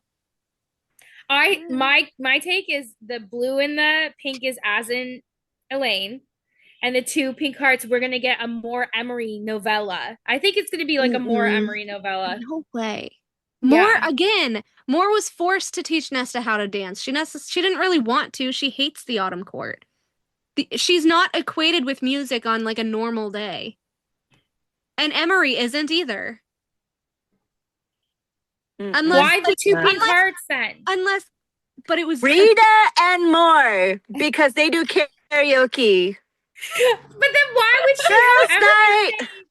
why would she have Emery saying, "Oh, Wait, Moore what? is so beautiful"? Why would Because Nesta she say had that bi-panic. Gwen was? It's normal. Why would Farrah say that Moore is? Why would Nesta say that Gwen is? Why would Gwen say that Reese is? Like, it's just a thing. They're all Girls pretty. supporting girls. Yeah. Oh my god! If it's fucking Emery, I probably won't read it. Not gonna lie. Girls supporting girls. I would rather. I love that Reese is included in it. I fucking hate that ship so much. Like, I don't care. I would rather a fucking Thiessen novella than an Emery novella. I If it's swear Emery, I I didn't probably know won't that. read it. I'll probably skim it. Rita is Moore's true love. But anyway, nature making mistakes. Okay, I think that's more an heiress. I think so too. I'm down for that. Because remember, like, they're totally rejected mates. She teased that mates don't always align with love and sometimes nature can make mistakes. Why else would Eris continually be protecting her if she hates him so much? Because it's a mate bond draw. And Reese tells us it's a bond, however weakened, that you will feel for the rest of your existence. That's why Moore is shaky when he almost dies a million times. Like, and Moore, specifically the word of her saying, you know, they don't always align with love. Moore loves females. She loves females. She can sleep with men for pleasure, but her heart loves females, not males. So her and Eris being mates, she couldn't love him because they were mates because she prefers females.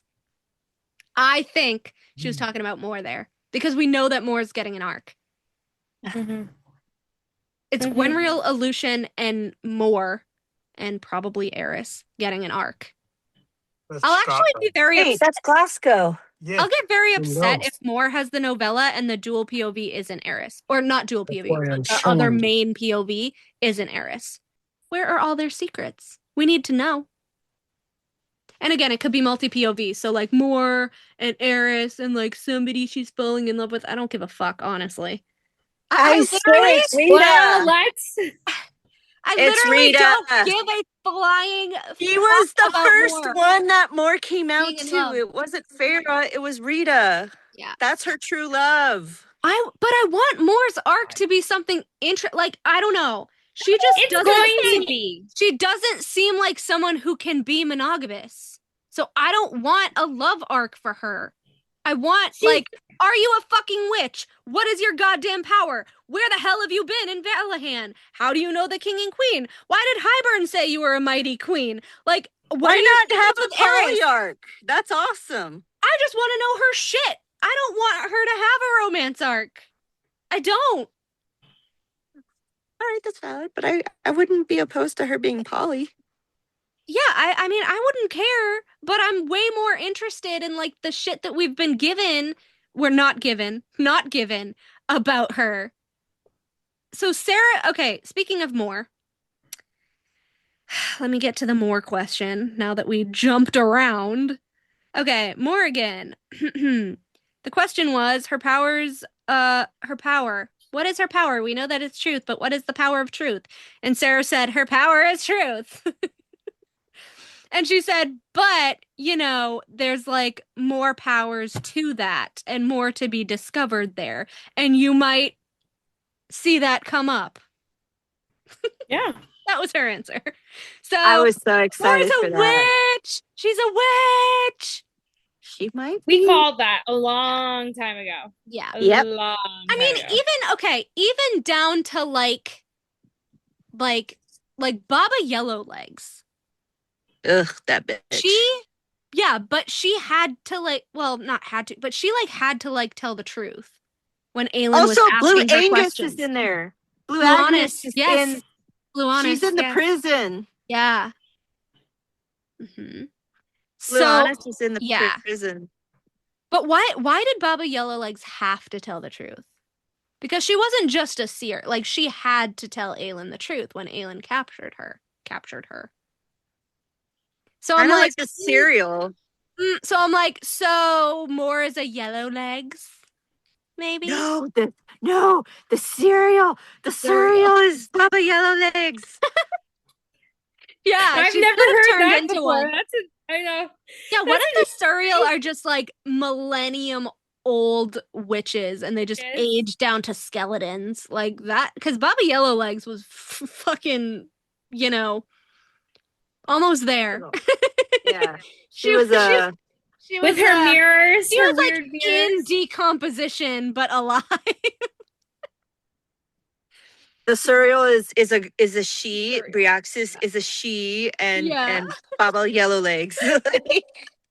Oh, what? Okay, guys, I was so excited about this one because remember how I ranted about fucking Reese, and we were like, "How do people get up to the House of Wind? They have to crawl." Oh, yeah. I can't believe that question was asked. I know. I was kind of surprised too because I've ranted about that so much. Yeah. I mean, people obviously listen to our podcast, so exactly. Melanie's always like, they don't listen to our podcast. No, like, they do. How do Fae with Wings enter the House of Wind? Yeah, how do they fucking get up there? Reese is like, oh, they find a way. She teased that this is something we will find out. Okay, but how? And who's going up? Who's going up to the House of Wind? There's a secret elevator that Nesta has not yet found. Exactly. There's like a portal or some shit to get in there. Oh, yeah. So that makes me happy that Cassian knows that and never showed Nesta in her own fucking house. No. Has magical hair and he lets down his man bun and everyone climbs up his man bun. Rapunzel, Cassian. Yeah. He's literally showing off for his woman. Let it be. He's flying her up to the House of Wind. They have romantic moments together. Lay off. How are a million people getting flown up to the House of Wind and then just dropped? Like, that's how it's the House of more Wind. widows above the wards and then it is the House of Wind. They have to have kites or a magical flying goat. Magic carpets, because Lucian's like, wow, that's a nice carpet from Sangrava. It's magic carpets. Oh my god, he did say that. I forgot. Now they're flying. I can show you the world. No. Yeah. Oh no. She's watching Mulan. She's watching Aladdin. Okay, it's magic carpet rides. Magic. Okay, so do you guys think that this is gonna have anything to do with like the house itself? You know how the house has like a personality and stuff like that. Like, is this? I don't know because Nesta made the house have a personality according to Amarin. He did. according to Yes. Amryn. Did. Amryn could be Yes. lying though. She a big time liar. Okay. Okay, hear me out. No Hear questions me about out. Amryn. I was kind of annoyed. I And know, of Eris. There was none of Amryn, none of No. Eris. None of Azriel. Yeah, that was I weird. know, that was weird. Um, was so Considering weird. how everybody was up Azriel's dick about like is he gonna end up with who and who? I know. I don't know. Yeah. Okay, No, they wait did a ask second. about Azriel. They did ask about Azriel, but it was in reference to Bryce. Yeah, that's true. Yeah. Oh my What God. if Yes. That guys, was we the are only agreeing. ship that was denied. It was the only and ship she that was shut straight down. up denied it? Like she straight Straight up was up. like, "What in the world?" Okay. Can we go into this really quick? Because this is my happy zone right now. All right. She denied Bryce Real, Quinlar are endgame, right? So she, all right, she in 2023, I'm gonna repeat it again. You know exactly what I'm gonna say, Olivia. I know you know Stink exactly face. what I'm gonna say. The stink face. In 2023, she was asked on the Christina Lauren interview, is Connor really dead? And she's like, Oh yeah. yeah. Is that supposed to be a secret or something? Yeah, he's dead. She was asked in 2026, is Oh. Cormac really dead? And she deflected, saying, like, where do you guys come up with this stuff? I have to admit, Bitch isn't dead. I swear to God, Olivia. She would have said yes because it wouldn't have been a spoiler if she wanted to think he was dead. I will be the first person to admit, Melanie, and I give you credit. I give you credit that you picked up on the breadcrumbs and you figured all this out and you got on the Call Her Daddy podcast. I give you major I got credit. on. To me, it's like Indirectly. you got on. Candy Yeah, said that you did. You did Candy get said on. that they were talking about me the other night in the live. They were like, "Oh, that was Mel."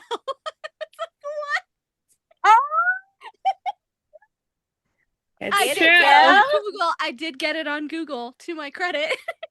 I love that for you. Hell Love yeah. that for me. You you need to know- like print that out Seriously. and frame it on your wall. Like that is just I've been you've okay. been seen. You've You been guys. seen. Do you know how many DMs I got? I'm afraid. Everyone's like, they asked about Cormac. That was you. Oh my I'm god. so happy. I got questions after the fact, like, what did you think of the Cormac question? And that's why I did my whole reel about this is what I think about the Cormac question, because I've gotten so many DMs. Yeah. I believe it because I honestly think that you're the only one on the internet that started that whole Cormac. I did. I was so for it too. I was like, did. I'm still Both you for and it. Eka. That's right. It was both of you guys that started this whole thing. And actually, my first Cormac video, like jokey one, not theory one, but my first Cormac video about him, like, and Nesta was before House of Flame and Shadow. It was like January 24th of 2024. I have the timestamp. It was me. It was me. And then Of course it was. And then the first Nesta and Cormac one was, I think, January like 25th or like the next day. It was before Hellfast, so. Yeah, it blew up. Both of you guys blew up. It is like my biggest achievement. You have no idea. I got that shit on Google. On Google. When you look up Korsta, there is an AI narrative about it. Damn. Dang, girl. You're winning at life. I was so happy. You have no idea. But Olivia, okay, if Cormac was dead, right? Wouldn't she have just said yes if she killed him in CC2? Yeah, because I she can shut see down that. Bryce Real, but she did not shut down Cormac being dead. Agreed. That was when 100% she started agreed. her jokey shit. Where did you guys come up with this? And then you know what she said to Alex? which I caught on my recent. She goes, "Oh my God, I can just see you guys with like the little strings connecting to," and I was like, why would you be? Well, actually. yes, I am, Sarah. So that to me, just bringing up the strings, that to me proves that he's alive. I love it. But also, we need to take a moment right now to acknowledge that Nessian is endgame and will always be endgame. And she said it. No. She said that they were mates. No, she said that they were mates. She never said the word endgame for Nessian. She didn't say it for Faizan either. She did in a previous interview. But she didn't in this interview. No. So the way that she said the word endgame for Faizan, and she has said the word endgame for Quinlar. Never Nessian. But she said in this interview, it was very obvious, Nessian are mates. And they're endgame. She made it seem like they're endgame. No, she didn't. Yes, she didn't say endgame. But she did not. You are both wrong. I just watched it. She never said that, Olivia. Liv, she also said in the text, in the book, that there were many threads. I think she just wrote that way. I don't think it means anything. She's like, they're such perfect mates. Okay, you think that they're perfect mates. That's great. That doesn't mean he's not going to be killed off. Okay, but wait a second. Those are two completely different things. Exactly. We're verifying that they're mates. Nesta may yet get her threesome, just not with Az and Cassian. She might get it with Cormac and Cassian, which honestly, fuck yeah, she should. This is what I'm saying. Listen, endgame means they're together at the very end of the series. If he gets killed off, they're not endgame. That's why she's not using the word endgame for them. You're reading way too much into it. No, I'm not, because she's very specific. Liv, she's think very about it this way. You're so Liv, think about it this way. Okay, Cassian, yes? She's still involved with Cassian. She's still mated with Cassian, right? Right. But they're in a poly relationship. And so she not only has Cassian, but she's also mated with Cormac for conquest. Meanwhile, Cassian is her boo. Yeah. Okay. We're all happy here. Right here, right now, March 8th, 2026, okay? If you two are wrong, I want you... International Women's Day. We are right. We are right. Okay, I think it was very specific that she never said the word endgame for Nessian. I know. Because her language is very particular.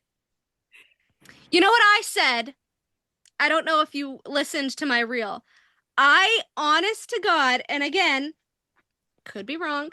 First of all, I don't think they're good as mates, because she did say again that, nature versus nurture. And then she mentioned Rhysand's parents being true mates, but awful for each other, which is Same Nessian. with Tamlin's. With Tamlin's parents. Which is Nessian. They're awful for each other, no matter what her opinion is on it. She wrote them as awful for each other. You fucking know in that bonus chapter that was awful. You know it. You've admitted it. You know it. Yeah, but still, I mean, look at Faizan did the same thing to each other, right? Yeah. They did all. Yeah. Oh, I don't think Faizan are great either. But she admitted for Faizan. But she said for Faizan, there's gonna be some issues there, and she said, yeah, they're endgame and they're mates. Specific wording, but they're gonna have some issues. Thank God they're gonna have some issues because finally, but she specifically said mates and endgame for them, and not necessarily. And I will send you the clip if you want it. And also, Liv, they could still work on it and actually be decent to each other. Meanwhile, she has two mates. She has her king and her side boo. She has her king, Cormac, and she has her side boo. And they're all happy in a thirple. They get to enjoy their thirple. Okay, they are a tripod, and they get to enjoy it. Wait, And she gets the though. threesome that we were promised and were denied. Serious question though, guys. The only reason why I say, all right, they can be endgame by death. The only reason I say this is because it has been proven over and over and over and over and over again. Cassian does not like political positions. He did not like being a courtier. He hated it. He admitted he was awful at it. There is no way in fucking hell that she's gonna make him a king when he doesn't even want to be called a lord. He laughed at Feyre and was like, "Don't call me a lord." Like, he's not gonna be a king. He's not. He's known as Prince of Bloodshed. So, and he's like, ew. Yeah, he's like, no, don't call me that. So my opinion, okay? It's gonna be a second love deal. You both watched. I told you this. No, listen, I told you this the other day. You both watched Bridgerton, right? Hell yes. Yeah. Okay. Francesca. Yes. Oh, Michael is coming. Yeah. So I literally think Nesta is getting her Francesca arc. I think Cassian is her John. I think he's gonna die. She's gonna explode. That's how the Dust Court is gonna come back because Amryn foreshadowed that. When you explode, make sure it's felt across worlds. That Midgard's gonna feel it. Mm-hmm. That was her John. Francesca screamed when John died. She was distraught. It was so heartbreaking. Still distraught. That's gonna be the arc, right? But we're gonna all cry. I will cry with you, Liv, because it's gonna be awful. Hurt. It's gonna be heartbreaking. But listen, right? Mama Archeron was brought up. Mama Archeron was brought up for a reason, and obviously, that was curious. She was like, "Yeah, where do you guys get that stuff?" You know, she was joking, whatever.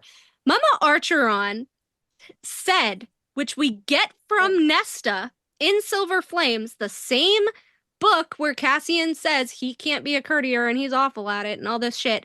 Little queen, you will marry for conquest. What has she conquested with Cassian? Literally his nothing. Dick. It's going to be a she Bridgerton. Has conquested the headboard, Melanie. Yeah. It's going to be a Bridgerton-esque type arranged marriage with Cormac for the Dust Court because he's inherently blood related to it and is supposed to be its king. She is chosen by the Mother and the Cauldron to be its queen. They would have to marry to rule together in this type of world. Yes. I, honest to God, think Cormac is going to be her Michael. And that doesn't mean she's going to forget about Cassian. She is a rake. I honestly think, like Francesca's original story, not what they're doing in the show, original story, she's going to find story, out, not TV story. Yeah, she's going to find out that she is pregnant with Cassian's child. Ooh. But she's going to have to marry Cormac for this Dust Court for her legacy. And that's where we're going to get, this is, my connection to Cassian, to John, right? Because that was Francesca's thing in the show. Like, you had 8 children, you had 8 connections to your husband, whatever. That's why she changed her pelvis, because we're gonna get a tragedy and we're gonna get a pregnancy at the same time, and then she's gonna have her arranged marriage to Cormac. And I think this is why she tested it out with Tharian and Sathya in CC3. Mm-hmm. It's her Francesca story. It's her Francesca. I still want a threesome in the book, though. Because, Olivia, I know you love Nessian, but why would she put, 4 pages of foreshadowing of Cassian's death? Just not even regarding Nessian as a couple. Why would she put in 4 pages of Cassian's death foreshadowing if it wasn't going to happen? But it's already basically happened. It's done. No, no, not Elaine's. Not Elaine's. All of the others. The foreshadowing in Akawar. The foreshadowing in Akasif. Mm-hmm. When Nesta says, after so many brushes with death, it's only a matter of time until it sticks. When Emery says, Cassian is going to be the Annalius of his generation, and people will be talking about him for generations to come. It's giving Achilles. And yeah, for Oh. Cassian to say, I will die for those who need it, both in Akawar and in Akasif. It's There's gonna so hurt. many of them. It's So gonna many of them. hurt. That's It's gonna Akasif. hurt. That is after Akawar. I'm gonna there's need so to go many. to Costco and get like a Get the bulk tissues of, like, ready. tissues. Right? Like I'm gonna there's cry. what was the other one? I know, There was another right? one. What was the other one in Akasif? Let me pull it up. There's another one in Akasif that I had highlighted because it really was very hope- prominent. I really hope Reese and Halion is not gonna like try and worship Feyrix. Ugh. Yeah. It might Gross. happen. It might happen, guys. Day Right. and night. Riley, Oh, yeah, Feyre- yeah, yeah. Well, she didn't really talk And about she's Feyre. just eclipsed. During her nightmare in Akasif, Death she turned her head so slowly it was like watching a puppet move. Her eyes met his. Death watched him. Ooh. Death, not Nesta. It was Ooh. Cassian's dead face that she couldn't bear to imagine. After so many brushes with death, it was only a matter of time until it stuck. I've walked beside death my entire life. Like, My husband's trolling I me can- next to me. I can think of no better way to end my existence than to defend those who need it most. That was Akasif. Just so you guys know, my husband for the past like 10 minutes has been shitting on me so hardcore. He's like whispering to me, he's like, Cassie's fucking dead. Cassie's dead. That's so mean. So mean. He won't leave me alone. I'm gonna have to go soon because I have like a little toddler here who's like whispering mean shit. Oh, here's the Aw. one with Emery. Or no, this is with Nesta. That was who had been training me. Why Faye trembled at his name. Why the highborn Illyrian warriors had been jealous enough to want him dead. The Illyrians still want him dead. Remember, there's a coup. Death It's hovering gonna close like a crow hurt. awaiting carrion. I hate it. It's not gonna happen. I'm not It's- gonna even worry about it. I know I it's not gonna happen. I'm gonna worry about it because Gonna like happen. I'm gonna be sad, but I'm gonna have like a mix of emotions, and it's just Yeah. gonna be like a regular PMDD day. I mean, to Oh, bring up what no. John said, kill your darlings. The best person to be slated for death is Cassian. Yeah, Bro, you're gonna be saying this until all the books come out, and you'll He's- be I opening up am. book 7, you're like, he's gonna die. And we're like, I am. He's gonna die. Okay, guys. He's dead. Our Reese and Rune related. Her little smirk. And is Maeve related to any of them? Yeah. We She was good. We are getting fed. I'm telling you right now, Lauren is coming back. Hell yeah. We're getting Reese being Valg. I swear, we're getting Reese being Valg.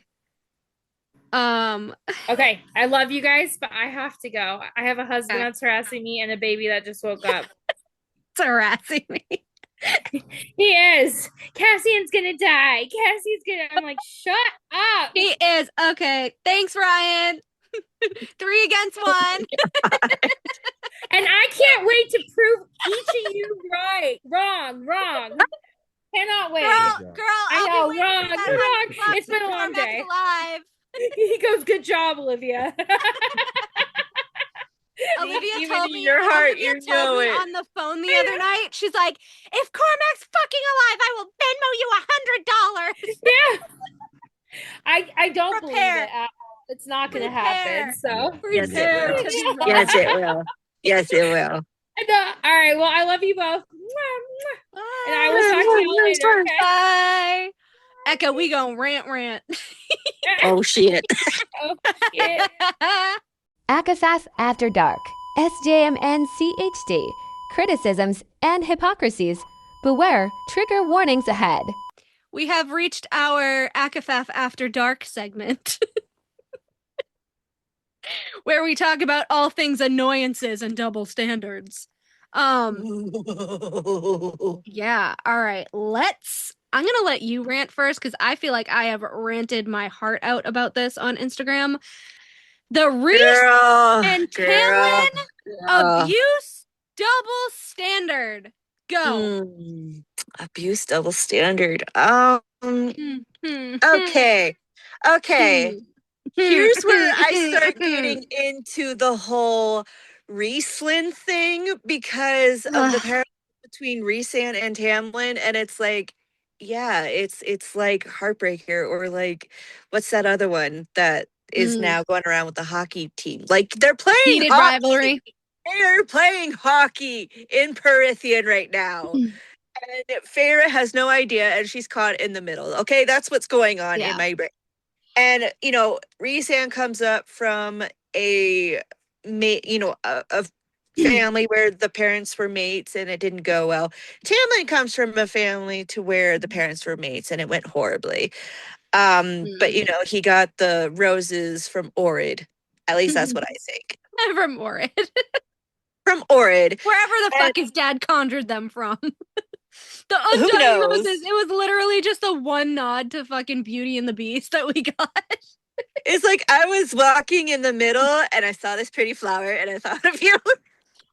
Is Briar gonna like walk into spring and the only thing alive is gonna be the roses?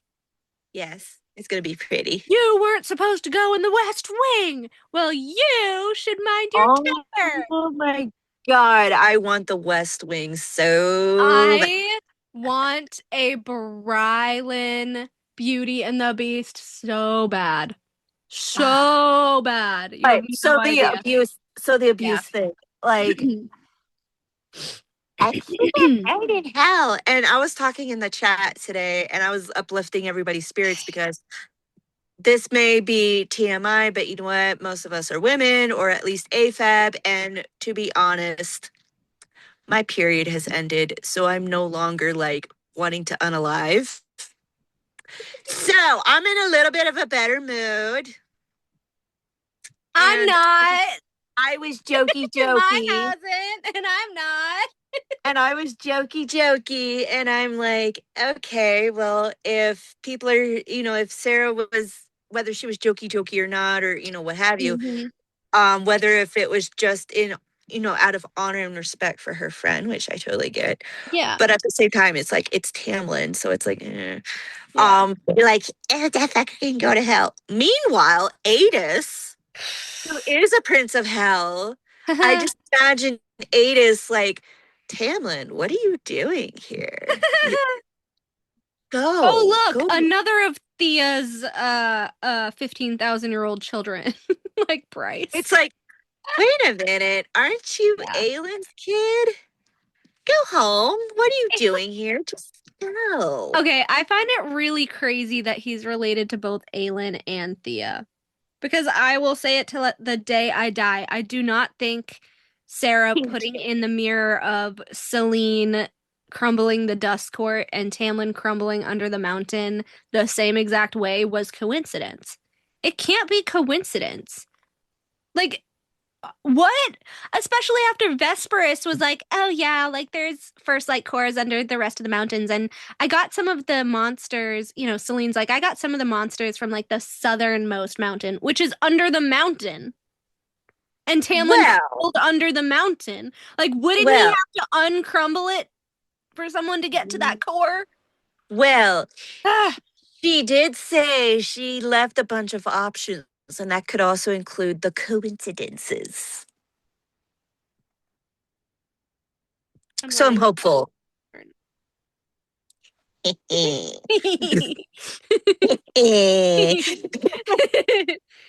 But yeah, I'm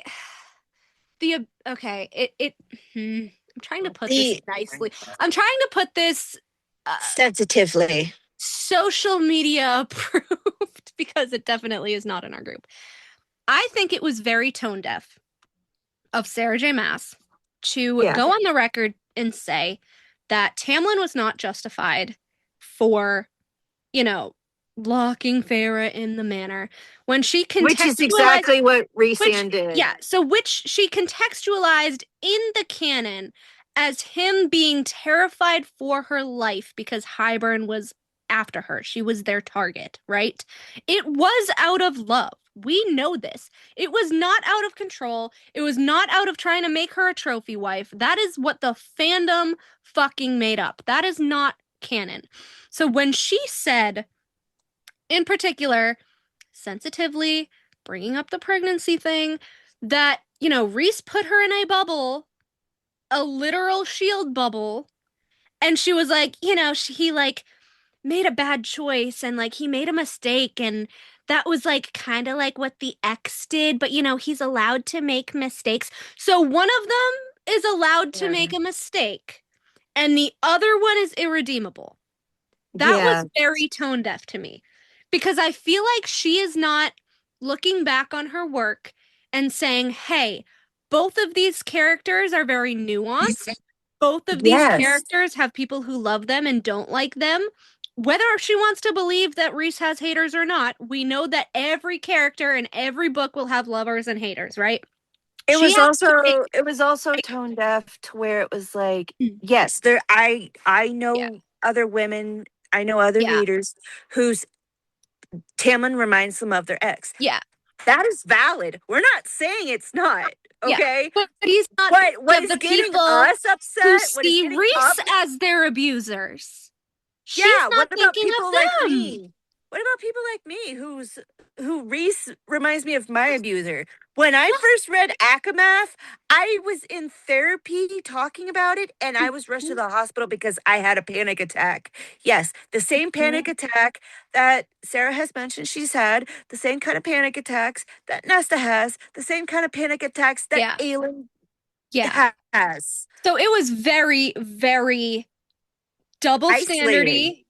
Isolating. I felt isolated. It was tone deaf to say, well, you know, Reese just made an oopsie, and well, Tamlin can burn in hell. That was fucking wild, especially as an author who these are her characters. She wrote them this way. You're telling me, okay, you can look at the pregnancy bubble however you want. Oh, she kind of did the same thing Tamlin did, right? What about everything else? We can agree with that. That's nuanced. What is everything else Reese has done? Yeah, okay. Roofied her. Tamlin shielded her in the manor. What about all the continuous things that Reese has done to Feyre? The sexual assault under the mountain without a apology, with only a justification, with not letting Feyre speak about it in Akamath chapter 6. And by the way, Lucien was there to comfort her about that whenever she was like throwing up from the memory and not wanting to remember. And she's like, what happened? And he's like, you don't want to know. Yeah, like, that is not the type of dancing you did on Solstice with Tamlin.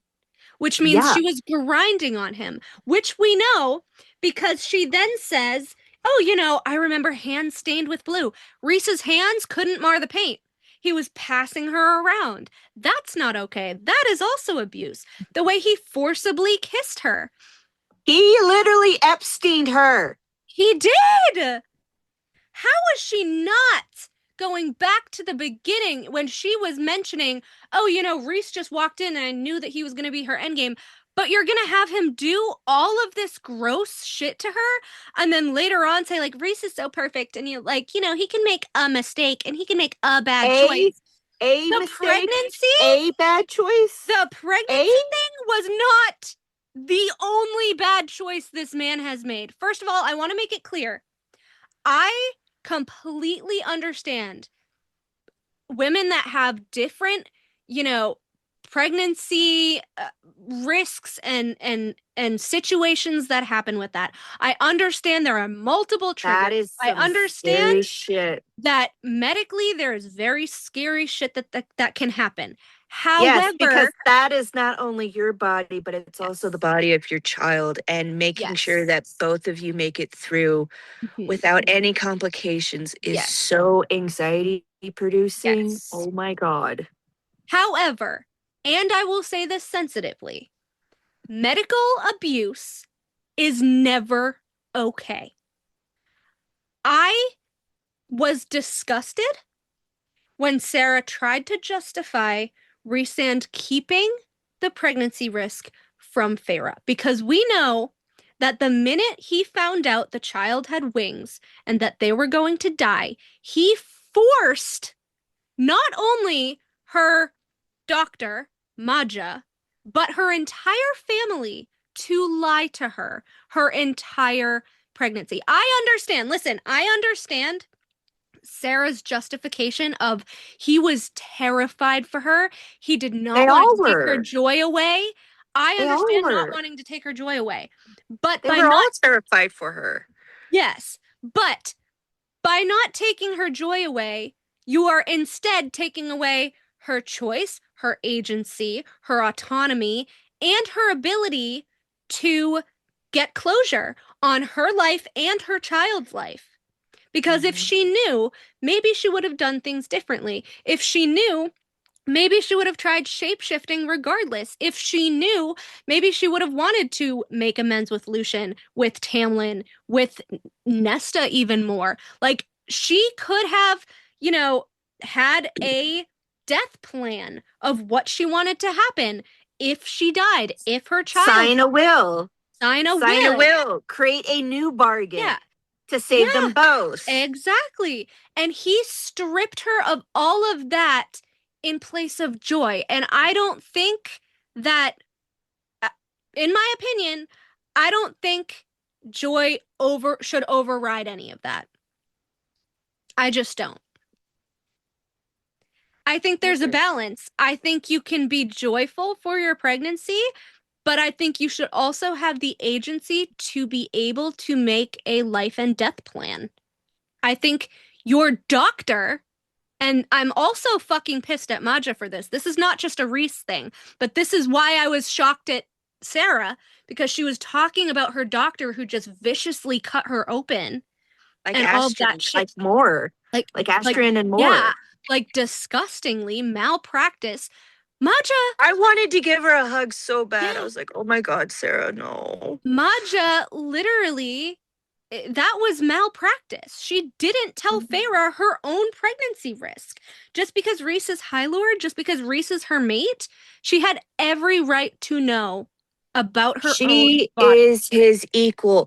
Even if the magic did not choose her, even if it's an honorary title. Yes. They made that choice to give her an honorary title on the principle. And yes, I am defending Feyre at this point. Yes. On principle that they are equals. Yeah. It is in writing in the text that she is his queen. Yeah. And this is how you treat your queen? He single-handedly proved that they are not equals when the inner circle let him convince them that they shouldn't tell her about the pregnancy risk.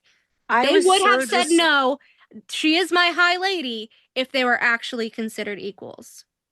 And they didn't. And the thing is, for me, when I read that, I mean, look, I love Elaine. I am curious about more. I am. There's some things that I'm like, more, why the fuck are you doing that? But I am curious about her. So it's in a positive light, but it's also acknowledging, like, yeah, you said and did some weird shit. But in that scene, I was just like, what is wrong with you two? Nesta is over here fighting for her. Granted, it's out of pettiness, but she still loves her fucking sister. Also, Amryn. Fucking Amryn. Threatening Nesta. Like, all right, like, again, I totally understand Sarah's point of view of this, but I understand everybody else's point of view of this too. Because we have people, this is kind of like the Rhys and Tamlin thing with the abuse. We have people who have been through medical abuse with their spouses, who have had their autonomy stripped away, who have had, their health risks not told to them, and they could have done things differently if it had been. I mean, Bridgerton handled that a certain way. Like the first season or not the first season, the second season, where it's a flashback to where it's Anthony and Violet, and he's like, what do you mean I have to make a decision? Whatever she chooses. And I was like, exactly. You could have got that, like, girlfriend. Should be. Now, here's the thing. And this is the sensitive part of this. The entire point with any couples, spouses, partners, whatever, is communication. Yes. If Farrah and Reese had talked about this before they got pregnant, which I think you should talk about all of this important stuff before you even get married, but I digress. They should have had plans in place. If they communicated and Farrah had told him, look, if something happens and I'm pregnant and you don't want to stress me out, don't tell me. Perfectly. That would have been perfectly acceptable. I would have been on board with that. Yeah, because that would have been Farrah's choice. Yeah. You don't want to know? Perfect, I won't tell you. I would have been like, okay, Reese. Yeah. All right, you're respecting her choice. In any relationship, communication is the key. It's the fact that he kept her out when it was her own child and her own body and her own death, and the fact that he stripped her of any sort of closure. Also, it's kind of an insult to her own intelligence because, okay, she's a little slow about some things, but aren't we all? But like, to her credit, Farrah is clever about some things. Yeah. She would have found a way. She would have brainstormed with at least Reese. Well, that's the point. She could have brainstormed with Reese, with any of the other High Lords. We don't know if she would have asked Tamlin, hey, can you shapeshift my child? The way you shapeshifted the fucking sentries. That would have been so Can you shapeshift his wings away so I can safely give birth? Yeah. But Reese didn't even want Tamlin to know about the pregnancy at first, honestly. He was running around with it, like he was running around like with a chicken with his head cut off. Yeah. So he's asking Helion about all these spells and all these things. You're gonna put your pride over Farrah's life, over your child's life. You're not gonna ask Tamlin because he's Tamlin. And so you'd rather because of the death pact. Meanwhile, because of the death pact, you're also including your own life. Good job. You fucking idiot. Everyone's wife was right when she called them out on it. So was Lucian. You're just as much of an asshole as that maid of yours. I fucking love that. But yeah, no, I am not trying to be insensitive at all. No. But again, as I said, the main point of this is to talk about how communication is key. And so if it was already said that she didn't want to know, that would have been totally fine. But it's just the fact that he stole the agency away from her, where it was not okay. And I wanted them to face it together. That would have been much more powerful. Exactly. Yeah. That would have been so much more powerful. It would have given them both so much more growth. Yeah. And I understand Sarah's trauma, and I understand where she was coming from, where that was valid. You know, her pregnancy was terrible and difficult, both of them. And I am not by any means degrading that. No. But she didn't deserve to be treated that way. But I have to believe that if somebody had told Josh, he would have told her. Yeah. I have to believe that. Because that's what a good partner does. Unless she had told Josh, I don't want to know. Yeah. Then that would have been, you know. But it was the fact that she was vulnerable, and she was saying how she was very upset that they were wheeling her back for her C-section, and Josh wasn't allowed in the room, and she was terrified and all of that stuff. And I'm like, I don't understand how she doesn't see the mirror of that to, you know, Reese kind of being there, but he knows exactly what's going to happen and you don't. Like, I don't think she's explored that yet. And maybe in future drafts, she might explore that and rethink that. But Yeah. right now, I don't think she's in the headspace or has the bandwidth to do that. And that's not a dig. Yeah. That's not a dig. No. That was a very emotionally, Yeah. charged interview for Yeah. her. Yeah. I just really wish that she did not justify that. Yeah, because That was the kind of upsetting part. that was the upsetting part, because it kind of, honestly, it felt like my own story with that was invalidated. And it's like, I know it, that seems very parasocial, but like, granted, the And second there's, book did like I put me said, in the there's a lot of hospital, people like but that. it was essential to my growth, because I realized what was valuable to me. I wanted a partner. I wanted somebody, even though I was like, I don't believe in romance. I don't know if there is anyone out there for me, getting personal about that. And, I have this one next to me And who, we should be personal about it, because she was personal about it. But this is Yeah. the problem that we have, is like, she went on and on about how she doesn't want to be insensitive to survivors, and then just justifying the medical abuse that Reese did was exactly what she didn't want to do. Because it's like, there are people that have been through this with their spouses, and you're just saying, oh, well, it was a bad choice. It was a mistake, but like, he can make a bad choice and a bad mistake. Okay, but it wasn't really a mistake, because he had no, it was a 10 choice. months. It And was it wasn't a choice. hers. It was a 10-month pregnancy that he purposely kept from her, and his family, forced his family to purposely keep from her. That wasn't just an oopsie, Sarah, in the way that Yeah. you wrote it, at least. And I And think so it's this. I think the it people comes that down to have two been through things. that was very invalidating and very triggering. Yeah. After you said that you didn't want to trigger survivors. So it's like, Well, how here's are the you thing.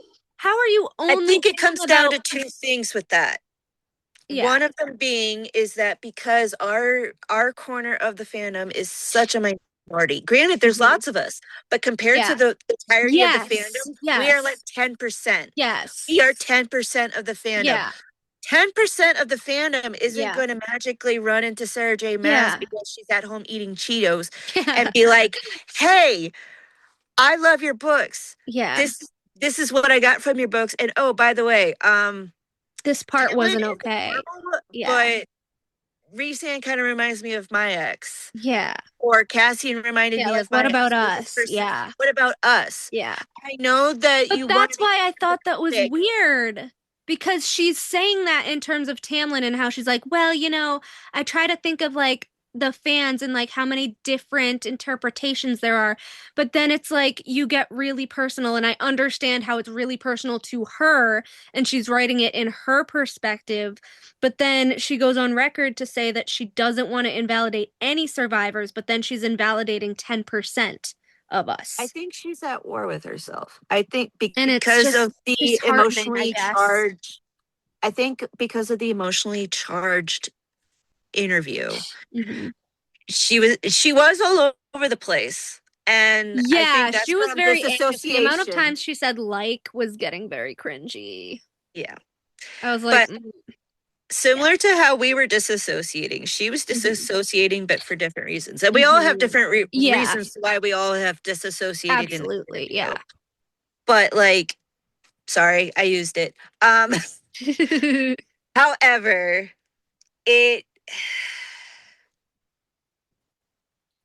I knew when I was going in to watch the interview that it would take me at least a week or 2 weeks to completely process and decompress, because I don't feel my emotions in my body. I feel pressure and sensations. I do not feel the actual, like, I can't discern what those emotions are. I have had to train myself to see emotions as color.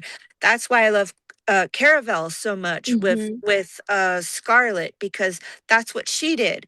And I learned from Scarlet, from reading books, how to find coping skills. And that's why I love reading. And that's why these books and the books that Sarah writes and books are so important. Are so important. And the thing is, here's another thing that really pissed me off. This was the first thing that pissed me off. Sarah is not the first female fantasy writer to write about Oh, fair no. Yeah. fucking. Yeah, I know. What about Frida Warrington? What about Tanith Lee? What Yeah. about Patricia McPhillip? What Yeah. about Laurel K. Hamilton? Yeah. Mercedes Lackey? Like, come on, y'all. I know some of y'all are young, but come on. Mm. Come on. Yeah. Hold on. Yeah, Hold on. I just tell me you've never read this. Really? No, it was just very not just disheartening, because I've literally had this feeling in the pit of my stomach this entire week, but it was just kind of very I don't really want to say in the gut.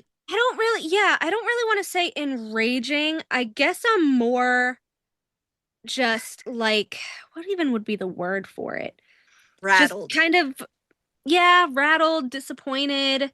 I don't Very gray. Very gray. I don't really want to say ignorance, but I feel like sometimes people who feel their emotions too deeply tend to lean into their ignorance in certain aspects. So I think what was so happening, it's like when you're really deep in feeling your emotions, sometimes you put your foot in your mouth. you can't think rationally. Yes. So my belief is that Sarah was That was me. Yeah, so my belief is that Sarah was so deep in her emotions, which she admitted, Yeah. so deep into her emotions when she was writing this, when she was talking about this, that I don't think she fully processed what she That's made possible. Reese do. That's possible. I still think she probably hasn't fully processed what she made Reese do previously. Whereas she's with Tamlin, his actions are more outside of her. They're with her friend. So while yes, it's emotional because it's There's your a friend, detachment. it's not you. So with Reese, everything is personal. And so with Reese, she's going to take everything personally. And she's going to look past the bad things that she wrote for him, because in her head she can justify them. Because in her life is her safe space. Because in her life she can justify him. Whereas us, we are detached from that character personally. We can see his actions on page as logical or illogical, whereas she sees it as emotional or non-emotional. And that's the difference. So I think we see it more as logic with everything Reese does, and she sees it more as emotion with everything Reese does. That could be, yeah. Because I just don't see how there's any other way, which again, heavy word, but I don't know how else to put it, but kind of ignorant. I don't see any way how she could be that ignorant. Short-sighted. Not so much ignorant, just short-sighted. Yes. So I don't see how she could be that short-sighted in what she made Reese do throughout the series. She didn't really go into the wedding in terms of like Reese not letting Feyre speak to postpone it herself, just grabbing her. Being a helicopter parent. Which was one of the things that I didn't think was okay, but it's more of one of Reese's minor offenses. And then the other one was trapping her in Moonstone Palace. Another mirror to Tamlin. I mean, okay, let me say this.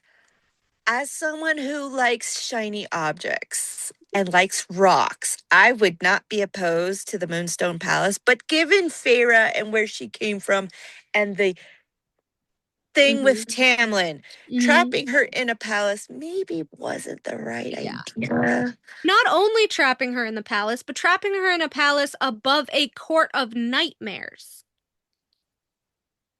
Right in the above mountains. the court of nightmares. By in the the way. mountains. In the mountains. With nothing. So it's just, Yeah. So didn't touch on that either. Didn't touch on him tricking her into fighting the adder. Oh, I wanted to see what came for you first. Which Feyre on page screamed at him for and said, don't ever use me as bait again. Tamlin was Yeah. right about my safety, which I feel like she and everybody else forgets. Yeah. Tamlin was right about my safety, about locking me up. She wrote Well, that here's on the page. thing. She's going to have to, if she's going to write about Tamlin, she's going to have to revisit that. I don't think she will, because she made it pretty clear that she didn't even remember that she wrote that, because she's like, oh, I have to be sensitive to like not justify what he did. But she had Feyre say on page, Tamlin was right about my safety. Yeah. And on page, to Feyre's credit, with the way she was written by Sarah, Tamlin was someone, how did she word it? Tamlin was who I needed at that moment in order to heal. Yeah. That was powerful. I think I fell in love with the first person who gave me love. That part, not so much, but the Who gave safe me care, space whatever, to but yeah. grow, like that was, yeah. that was powerful. And, you know, and let's not even get into, which we will, let's not even get into the Weavers situation. Oh my which God. I want to point out that on page, again, this is why I say Sarah's He's such a mama's boy. Like, oh Sarah's my God. opinions, okay? She can have her opinions, but her canon does not always equal her opinion, okay? She wrote in canon, I feel like you're and preparing me. Cassian, both of them, Morgan and Cassian, being ticked off at Rhys because they knew where he was going to bring her. They're like, you can't do that. Don't you dare. And he did it anyway.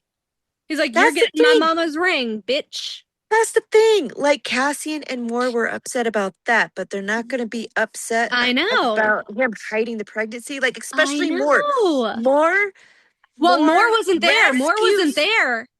I thought she was. Mm-mm. Oh, he did that on purpose.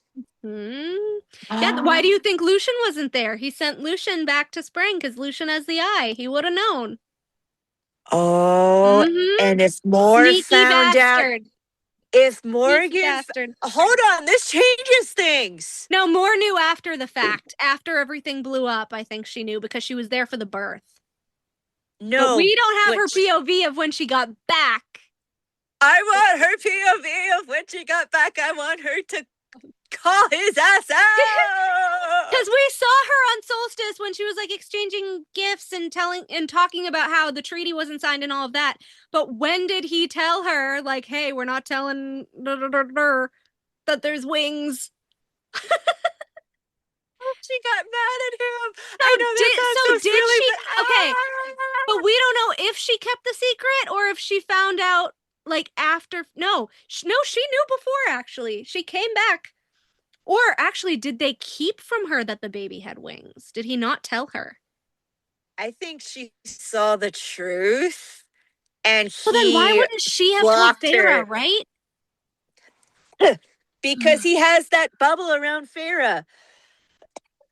Yeah, but he told Feyre in Akafas, he's like, oh, when Moore gets back, I'm gonna let the bubble down so she can scent the pregnancy.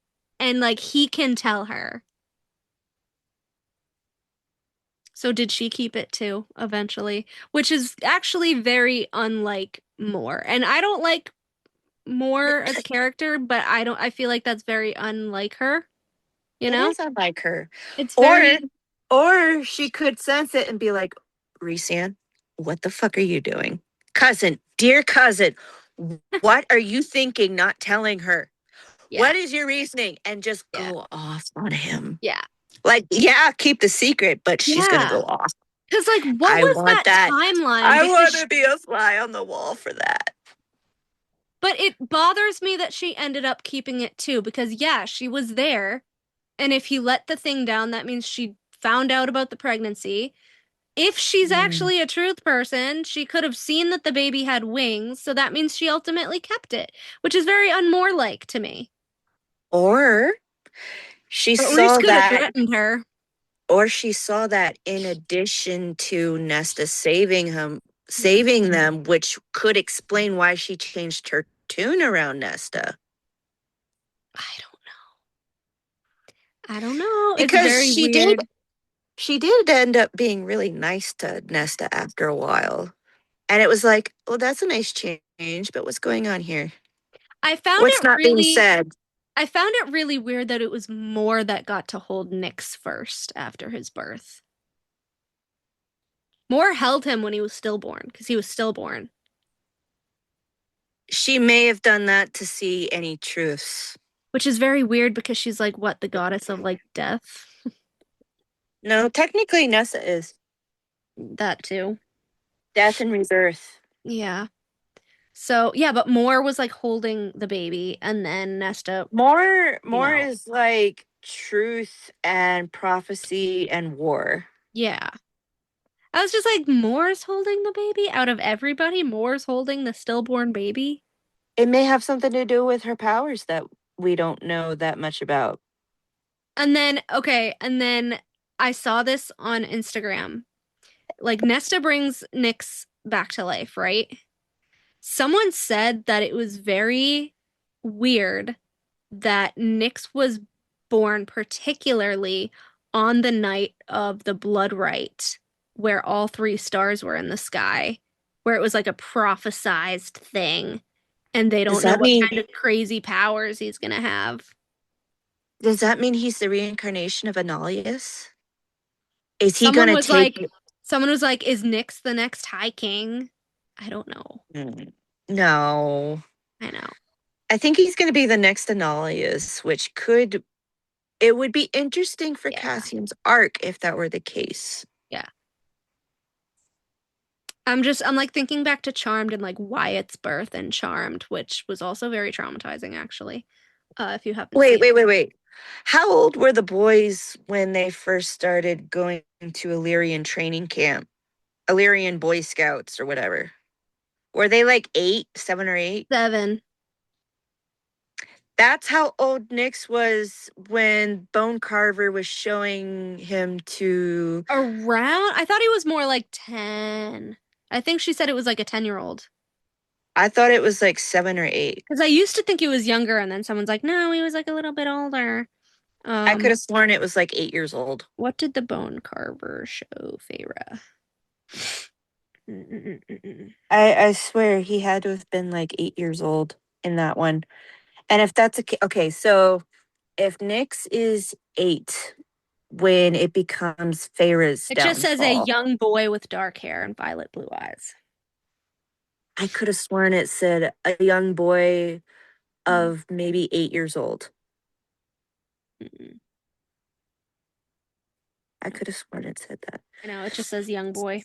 Weird. But yeah.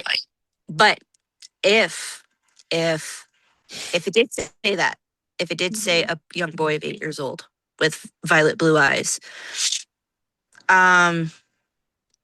which is actually weird because he has Feyre's eyes. Yeah, he does actually.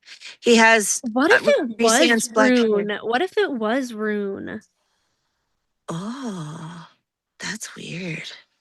Like because like Reese's sisters, whatever, and it could have been foreshadowing Bryce being like, "Oh, Reese, like Reese looks like Rune." I don't know, cause weird. It was like blue gray eyes, but then they also turned violet. Yeah, and I don't know, it was weird. It was worded weird. Yeah. And then and then like the whole But if Nyx, is like 7 or 8, right? And he goes to Illyrian boot camp, Boy Scouts. Feyre better not let him. She better be like, you're not putting my kid in a fucking war camp. Like, no, he's your child. Reese is like, well, my mom wanted to toughen me up, and then they beat kids there. They literally lash them. Like, you're gonna congratulate your mom on sucking the patriarchy's dick? Yeah. Yeah, because Reese was like, yeah, we got like 5 or 6 lashes for acting out. And Feyre was horrified. And Amren's like, they do worse in those camps, girl. What? You thought my childhood trauma was bad. What the fuck is up with you? And Reese was like, my mom like wanted me to be like an Illyrian and you know her culture. By getting you like fucking lashed? What? By Feyre better getting put her foot child down and be like, abuse? but see, here's the thing, right? Because if we're talking about an Illyrian coup, right? And Nyx grows up and he's like 7 or 8. If the High Lord doesn't put his own kid in the camps, that's gonna be a Downfall. They're gonna go problem. after That's gonna be a Feyre. problem. Ooh. And you know Damn. Nyx is gonna meet his Cassian, and this kid is gonna beat the shit out of him and be like, the pretty High Lord's son. And Rhysand is just gonna like look over his shoulder Like- at Cassian and be like, "You fucking asshole." They're like, where's your Azriel? Let's go beat him up too. Like that was fucked up. They're like, oh yeah, Azriel was a freak and everyone loved him because he was a shadow singer, so we beat him up daily. What? He just Terrible. escaped his dad's dungeon and you're beating him up. This poor kid. Like that was when Reese's mom was like, "Okay, no, this is fucked up. Like, come here, baby. Come here, baby." No, she didn't care because she told Cassian as an 8-year-old, she's like, you can get in this bathtub or I can kick you back the fuck out to be homeless. Oh my god. I thought she had like She was more ruthless. And we wonder why. She's like, your mate can fucking try to beat the Weaver and almost die for your hand. Like, she was ruthless. That's why I'm like, his mom was a witch too. Come on. She was ruthless. Yeah, Cassian's like, yeah, your mom told me to get in the bathtub or I could live outside again. Like, what? like a dog. Yeah, but then with Azriel, it was like, oh, she knew Azriel's mom, so she took him in. And he's like, we all hated each other at first because we were competition. And then we're like, well, everybody else hates all of us, so why don't we just band together? That's such a boy tribe. Like, ugh. Like, so I would really Boys. love for Feyre to be like, oh shit, my kid's Illyrian. Oh shit, if I don't send him, we're gonna have a problem on our hands. And oh shit, maybe we should have reformed Illyria before now. But that's God another forbid. issue that I have. Oh, of they're Feyre. gonna have a daughter. They're gonna have a daughter, Oh, they and are. it's gonna get Oh, they weird. fucking are. So is Nesta. Okay, and then they're gonna think of this. I actually have in my fic where Nesta's pregnant with girls, and she's bitching at them because they're like, she's like, you don't care about girls in Illyria. Like, what if they were born in Illyria? Like, what about Emery? Because she was talking about Emery and shit like this. But this is another part of Sarah, like, not thinking of the repercussions of what she makes Rhys do. Because Rhys can't just put a blanket statement of, oh, change is slow. And I made a law. Laws mean absolutely fucking nothing. You if have don't to enforce them. And Cassian going up there to just make sure the girls train after their chores, that's not doing shit. Because they're working the girls to the bone with chores so that they can't train properly. It's still and that has misogyny. nothing to do with them illegally wing clipping people because you're not going around all the camps double checking every day. You're not enforcing the law. So yeah, they're going to be. It is literally genital mutilation. Yeah. Like they're going to be slow to change because you're not speeding up the change. Like, guys. Most powerful High Lord, do something. Also, do something about the slums, man. What the fuck? Why are there slums in Valeris? There's slums in his perfect city. The Dreamers. Granted, I blame Rhys for being the High Lord, but I also blame Moore. She is not the only fucking dreamer from Hume City. The females there are still being sold as broodmares to males, and they ain't doing shit about that either, because they don't care. The only difference is that Moore is privileged. Mm-hmm. Yeah, exactly. Girl, you have privilege. Rhys, do something Rhys with is just like, they're all debauched and disgusting, so we just kept them there. Little girls that are like firstborn, like, ew. Moore is not the only dreamer. She just happened to be your cousin. That's it. She got She out. got out because she was your cousin. She got out. She's not in there. If she was still in there, you may have changed your tune or not, Mm-hmm. but she got out. Granted, the way she got out was still pretty fucked up, Mm-hmm. Mm-hmm. but she got out. I think that this perfectly mirrors, which actually does pain me. I think this is going to be the main conflict between Eris and Lucian, because Lucian got out of the Autumn Court. Eris didn't. Oh. And Lucian is like, oh, Eris is a snake, Eris is awful, Eris is this. Meanwhile, Eris is like, you fucking got to leave. You weren't fucking stuck here. You got free of Baron centuries ago. So I think that's going to be like their biggest thing, which also mirrors Nesta and Feyre. Nesta You was got groomed. out. Nesta was the toy. Nesta was her mom's pet. Feyre didn't have to be that. She could learn the skills. She could do all this stuff because she wasn't her mother's toy. She was neglected, though. Yes. And But that's a different kind of in that context, that was probably the biggest blessing, honestly. in a fucked up way. Yeah, it was a blessing in a fucked up Yeah. way. But here's the thing. I just thought of something. Yeah. Was she illiterate or is she dyslexic? Because she kind of picked up reading pretty fast. That's what I said. Like, I She think was very. I think she's dyslexic. Yeah. But I also want to say, we know that Sarah's not great at timelines. As you guys know already, this is the criticisms section of the episode. Sarah, what 8-year-old doesn't know how to read if she's been schooled till the age of 8? Also, I have another issue. She was 8. Yeah. You learn how to read when you're like 5. Or earlier. Or earlier. 8? 8. She was schooled until she was 8. What do you mean she didn't learn how to read? That's why I think she's dyslexic. She knows how to read. It's just the letters do this on her. Yeah.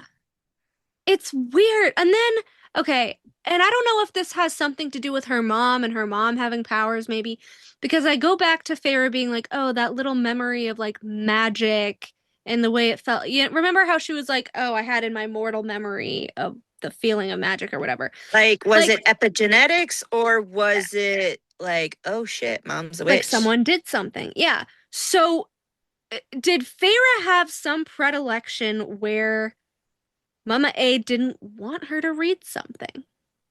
Or maybe she did read something and she took away her memory.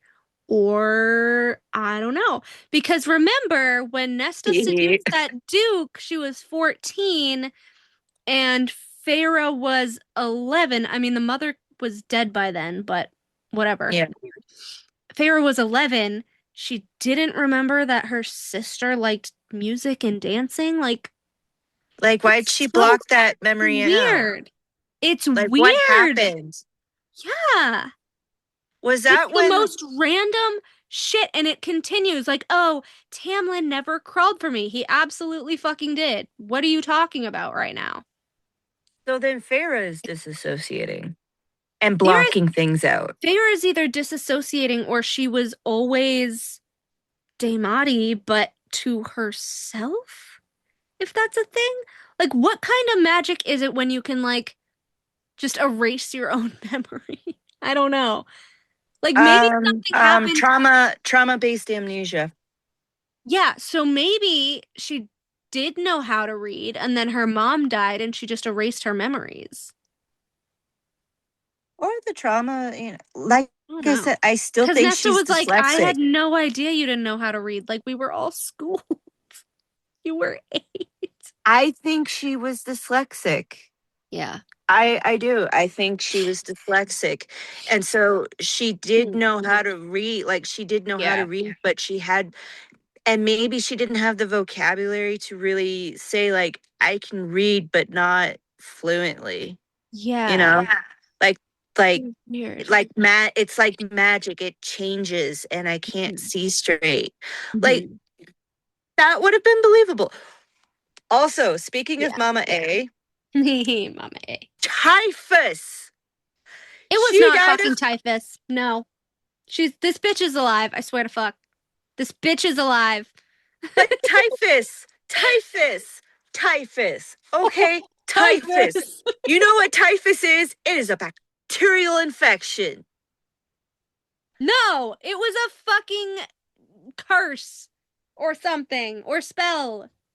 But if it was typhus, mind you, these folks, I mean, not to say back in the day that even rich folks were getting all kinds of ailments, you know, especially since Papa A was like Prince of Merchants, quote unquote. Yeah. But still, like they had servants, they had maids, they had people to help keep the house clean.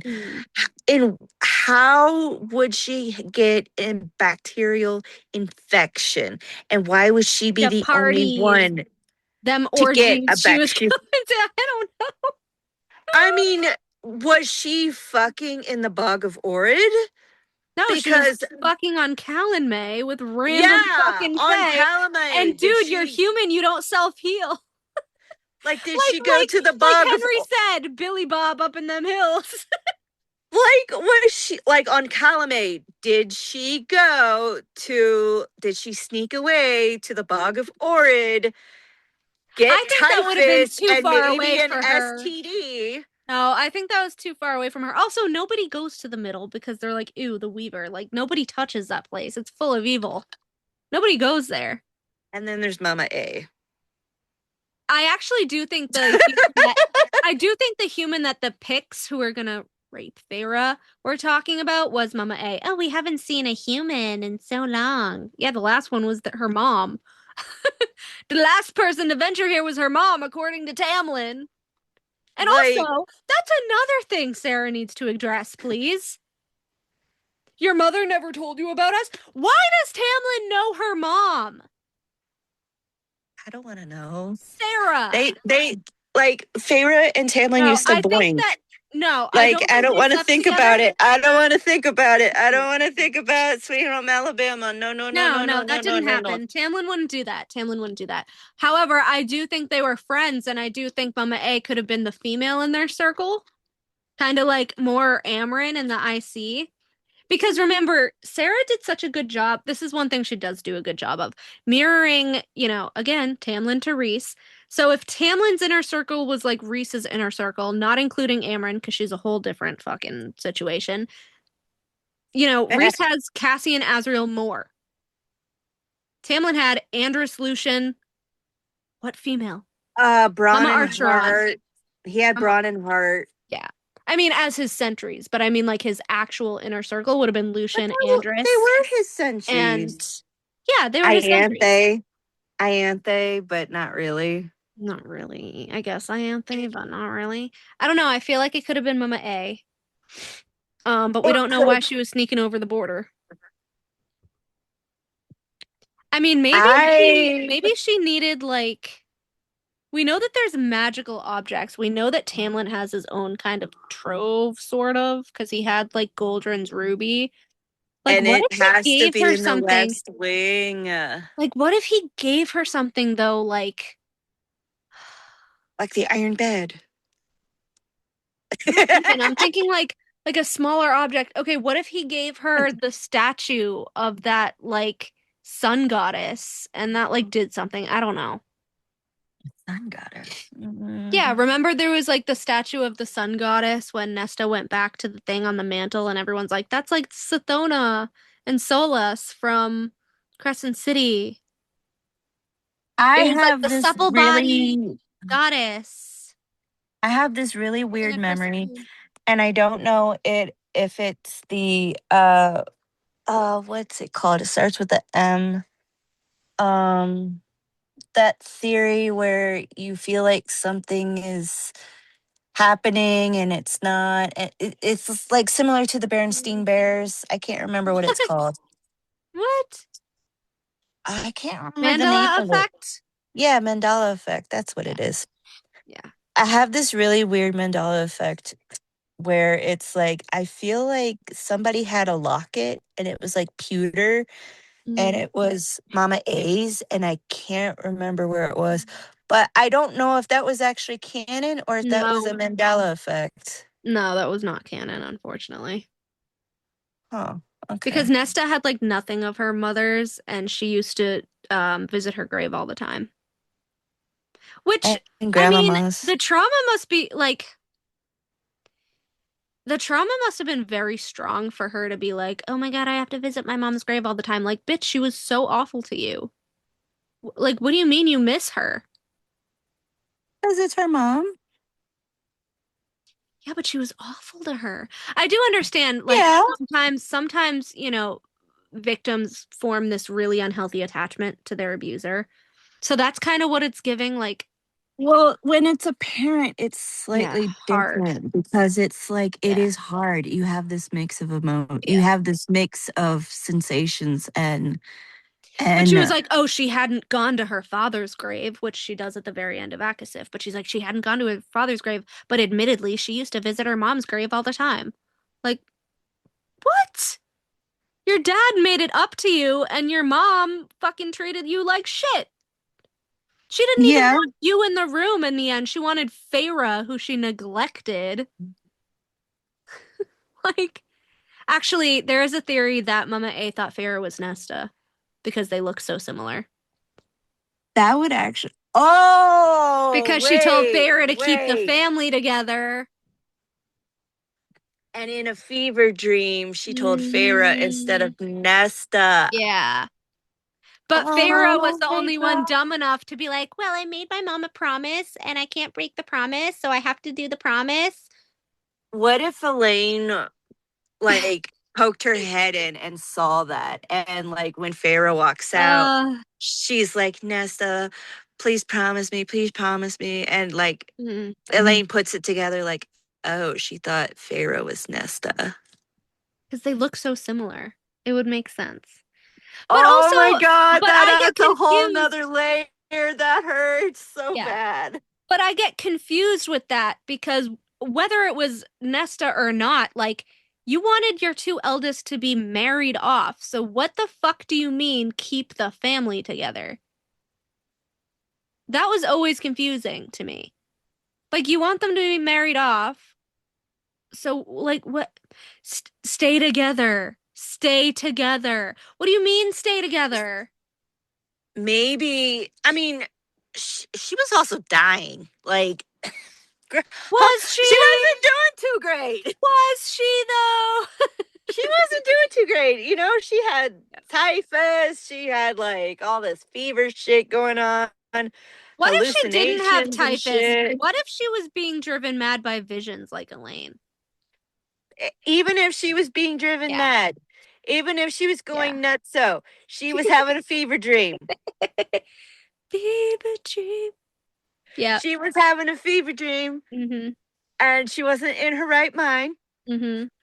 And she probably thought Feyre was Nesta and keep it together. She probably had a lot of regrets. Which she didn't fucking admit. And she's not going to admit it right off the bat because she's stubborn. We see that in Feyre. We see that in all three of them. In all three of them. And, like, so she's like, stay together. Like, don't, like, how do I explain this? Like, stay together. Like, yes, be married, but don't ignore each other. Like, I treated you all like shit. But please come together. Let my death bring you guys together. Dude. It's so weird. And then, like, Papa Archer, like, Nesta's whole beef with her dad started because he didn't want to sail for the cure for their mom. But Sarah herself is like, oh, the parents were so in love. They just didn't know how to be parents. If they were so in love, why didn't he want to fucking heal his wife? What? That doesn't make sense. That's her whole beef with Papa Archer. Parallel to Rhysand and Feyre. Literally! Fucking weird. I love her so much, but I don't want to sail for the cure for her. It's fine. We'll figure it out. She died, bro. She died, bro. Yeah, the mom dying and Feyre dying is a legit parallel. Yeah. Yeah. Because Papa A was like, it'll be fine. I don't need to sail for the cure. And Nesta was like, you need the fucking cure. And he's like, she'll be fine. We don't need the cure. Dead. Reese, I can figure it out. I'll ask Helion. I'll ask Thiessen. It'll all be great. Dead. Like, Dead. no. Wife dead. Son dead. And there is a lot to be said for the whole, like, oh, a lot of females choose men who are like their dads. Reese and Cassian, like, literally are like, oh, well, your dad. You know what that means, though? Elaine is gonna get Lucien because they used the joke. We still don't know what those stories were. I know. But We're not. I think Elaine is gonna break the cycle because Papa A was never given a chance to be a good father, so he wasn't a great one. But Nesta, right? So the dad was completely negligent with Nesta. I think Cassian's being completely negligent with Nesta, right? And then Reese is like, she'll be good, she'll be fine. I have too much faith in her. Dead. Papa A was like, she'll be good, she'll be fine. I have too much faith in her. Dead. They married people that's like Papa A, and like they could be good partners, but they don't fucking want to put in the effort like Papa A. Also, too, like, where's this distant cousin? Also, listen, Prince of Merchants, Prince of Bastards? Yeah. No, Prince of Bloodshed. No, Lord of Bloodshed, Prince of Bastards. Oh, Lord. It was really? Prince of Bastards. Yeah. So he's Jon Snow. He's Prince of Bastards. The Bone Carver calls him Prince of Bastards. It's Jon Snow. He knows nothing. You know nothing, Jon Snow. But how is Sarah? Here is another criticism of Sarah in the interview. How she totally made it seem like we've gone over this, but how she was totally like, oh, I don't really pre-plan and it's all in my head and it just write whatever happens and whatever comes into my head. The fuck you do. The fuck you do. I'm sorry, but there is no goddamn fucking way. We saw the Pinterest board, Sarah. We saw the Pinterest board. We heard your previous interviews going on and on about the Easter eggs and the breadcrumbs. Like, why are you not giving yourself credit? Why are you self-sabotaging yourself in this interview? Yeah. Well, there's the thing. She's very much like Reese. He self-sabotages. Yeah, they need to both knock it off. He thinks he does everything perfect and good and right, and then he does the worst possible choice. So does Aelin, for that matter. I know. And she's like, and Sarah is like, yeah, I'm Aelin, and Rowan is my Legolas. I was making out with my Legolas cardboard cutout when I was a teenager. I still have it in my room, and Josh is very insecure about it. That's so weird and funny to me, though. Okay, Sarah. Okay. So, hey, babe, can I get a cardboard cutout of Thandriel? And just make out with And just make out with him? He's not paying attention. But like, so, in other words, yes. Yeah, I'm trying to think, like, what's another, like, little thing? Oh, yeah. And then Reese with, like, forgetting to use his powers. Like, Sarah. What are you doing? What are you doing? Oh, I forgot I could just put the summer guards to sleep. I punched them the fuck out instead. Like, what? You know, it could... I think with that, okay, playing devil's, I think with that, because of the pressures that she was getting and her being all over the place after, little man was born. Yeah. That was after Akamath, though. He was born after Akamath. Maybe there is no excuse for pre-Aka War. What about Sloane? 2022. So it was 2018 and 2022. Akatar was 2015. Akamath was 2016. And Yeah, actually, what about Aka War was Akasif? 2017. So anything past Aka No, no, War no, no. I'm talking about Akasif.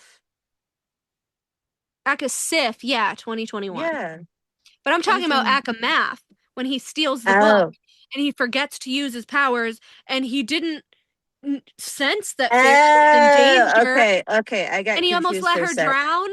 Her and Amryn drown. He's like, I didn't sense you. But you could sense Yeah, me at the and wedding? even in the text, Feyre is like, he What didn't the even fuck, ask. bro? She was crashing out, and I She was was for it. mad, as she I'm should like, be. hell yeah. Yeah. But he's She like, has oh, a I brain. forgot I could put the guards to sleep. So I actually just punched them out.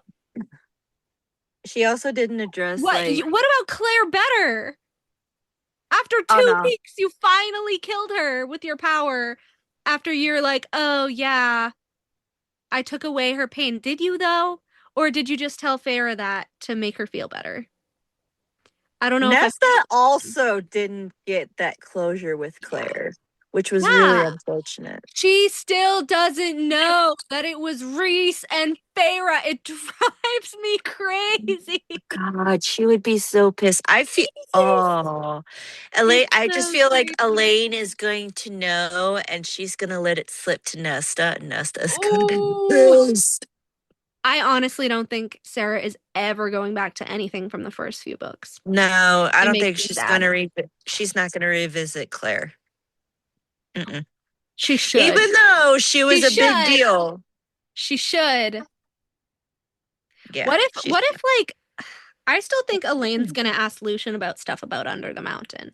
I want her to so bad. So bad. So Also, bad. like, what about Jurian? Like, Yeah. And also, okay, and Reese wait a minute. forgot. What if book 6 is Jurian? There's no way she's writing it. Actually, Jurian POV would be interesting if Oh, he had the God. spell book. It would be very interesting, but I don't think she would do it as a prominent POV. I think it would be a shocking POV, and it would give some insight. Could be in the novella. I could see it maybe in the novella with Moore and Eris and maybe Miriam and Dracon. I don't know. I still think it's the Cauldron.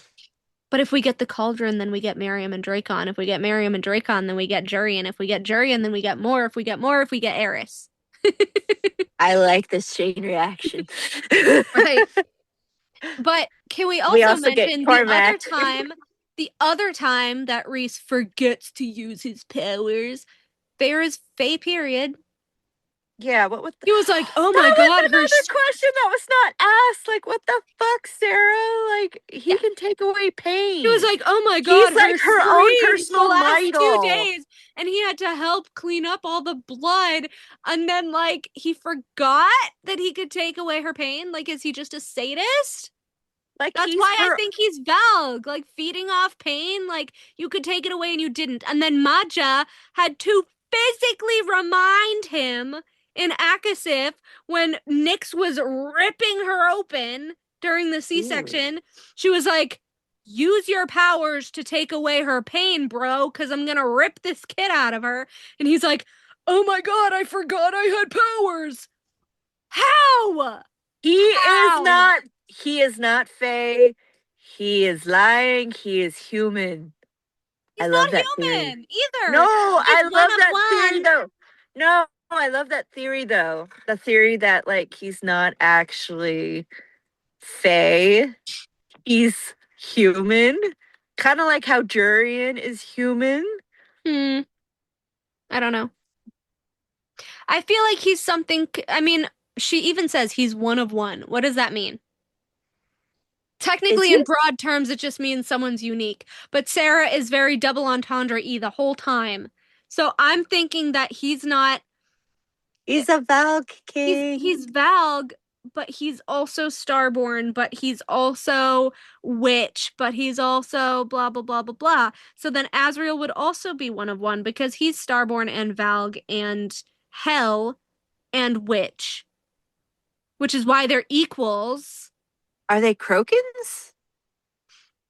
I still think that Moore is both, but I think she presents as a Kraken. I think she's Krokan, yeah. because I think she is very Iron Teeth coded. Oh, yeah. Like so is her mom too, like the like matron Blackbeak. But Moore admits that she doesn't have like the nails and the talons or whatever, so she probably takes after her Kraken side. Whereas Manon was both, and she took after her Blackbeak side, her Iron Teeth side. So was Baba Yellowlegs a Kraken witch? No, she was Iron Teeth. Okay. Because I'm trying to think like who was like was no, Astrid was also Iron Teeth, right? Yeah, Mhm. she was her cousin. So She was Blackbeak. who was on the Kraken side? I know she killed her sister. That was heartbreaking. I was Oh, so was it sad. is Petra? Petra's a blue blood. Was she a Kraken? No. No. So Yellowlegs, Blackbeaks, Yeah, I and always get Blue Bloods. confused with the clans. Those 3 clans are all Iron Teeth. Okay, so what was the other ones then?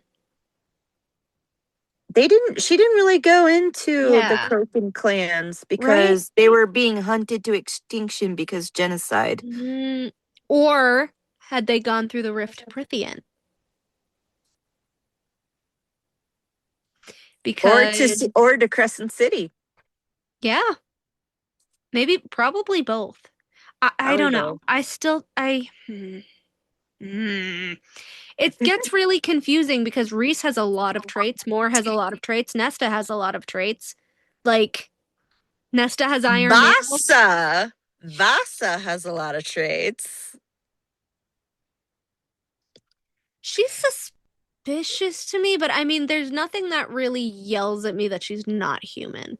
I mean, obviously the curse from Koshi, whatever. But like, I don't know. I mean, I hope we don't put anyone fucking else in the cauldron. I'm sick of people being thrown in the cauldron. I'm sure the cauldron is sick I of people being thrown into her. I really do think that Vasa or Jurian are gonna die. One or the other. I still think that Jurian's gonna do something to switch to save Vasa, and he's gonna kind of die, kind of like Jessica, how she was like, "Look, I've lived way too fucking long. Let me sacrifice myself for you, bitch." Because Jurian has seen way too much, and he has lived way too long past his lifespan, and I think he will, at that point, love Vasa enough to sacrifice himself for her. Because remember the Pinterest board picture that I showed you that we talked about a couple episodes ago with the cup? He would be going crazy. He would be going crazy. Age would be catching up with him. Yeah. He Like, would. we don't know what he is now, but I feel like if he. It's giving Will Turner in Pirates of the Caribbean. He's going to play Dead Man's Chest. Like, Lucian makes mention that, you know, he's already flirting with Vasa. Like, we see it on page, he's flirting with Vasa. So I think by the time their arc or story or whatever rolls around, he's going to be in love with her enough to sacrifice himself for her. I do think he's a Jessica situation where I think Jessica got Thunderbird power, immortal power from, we know, from Apollyon, from being assaulted. Whereas Jurian, I guess you can kind of say that the cauldron assaults the people that go into it. I guess Jurian probably got that power from the cauldron, where you're just an immortal human. I do see Jurian just like Jessica, kind of like a sorcerer now, where I think if the whole cup thing comes into play, that's why he took the spell book, because he's a sorcerer now. But here's the thing that I don't get. Where does Jurian fit into Rhysand's prophecy with the bone carver? He's Reese's downfall. He knows all of Reese's secrets. So he could literally put him at risk, like with Koshi, like he can give secrets to Koshi and stuff. But I'm wondering if that's kind of gonna be like a red herring, like, oh, Tamlin was a spy on Hybern. What if Jurian plays that and is like a spy on Koshi, but he's doing it to try to save Vasa? And, you know, in order to save Vasa, he has to give up a secret about the Night Court to Koshi. And Koshi's, so I think Koshi's gonna play it the way Highburn did. So Highburn was like, hey, Tamlin, you gotta be on my side and I'll help you save Feyre. So Koshi's gonna be like, hey, Jurian, you gotta be on my side and give up a secret for the Night Court and I'll help you save Bassa. Like, I feel like it's gonna play out like that. Because it was Good. always weird that Jurian's like, I know everything about you, and I was on Amarantha's hand, and, you know, Rhys is seeing him as the bone carver. Like, there's something And that's by the gonna go way, down. well, Jurian was on Amarantha's hand. Stop! Amarantha's ring was Don't on his wanna cock. think about it. Gross. It No. was a threesome. It was a really gross threesome. And he couldn't blink. Ugh. Oh God, he couldn't close his eyes. That's No. horrible. His eye. His one eye and his finger bone. What if he had arthritis? God, can you imagine? I mean, hey, he knows at least at this point that Rhys has the smallest wingspan. Yeah. I don't know. was such a Anyways, bitch. going back to our main point about double standards. So basically, Rhys has done a lot of shitty shit. And I don't understand why none of this is being talked about. But Tamlin did one action out of the context of love, and he's getting fucking condemned to the pits of hell. Like, what? What? And you can't even say that him exploding is the main part of abuse, because we know that the first one That was was reactionary abuse against him. I know. And the first time was a panic attack. And then, even if you want to say the first time was abuse, Rhys did the same shit. He choked her out during a nightmare, and then he fucking exploded on humans and Hofast. Why is she writing like this if she doesn't want us to compare? She cannot be this ignorant to her own fucking writing. Right? Yeah. Right. It drives me nuts.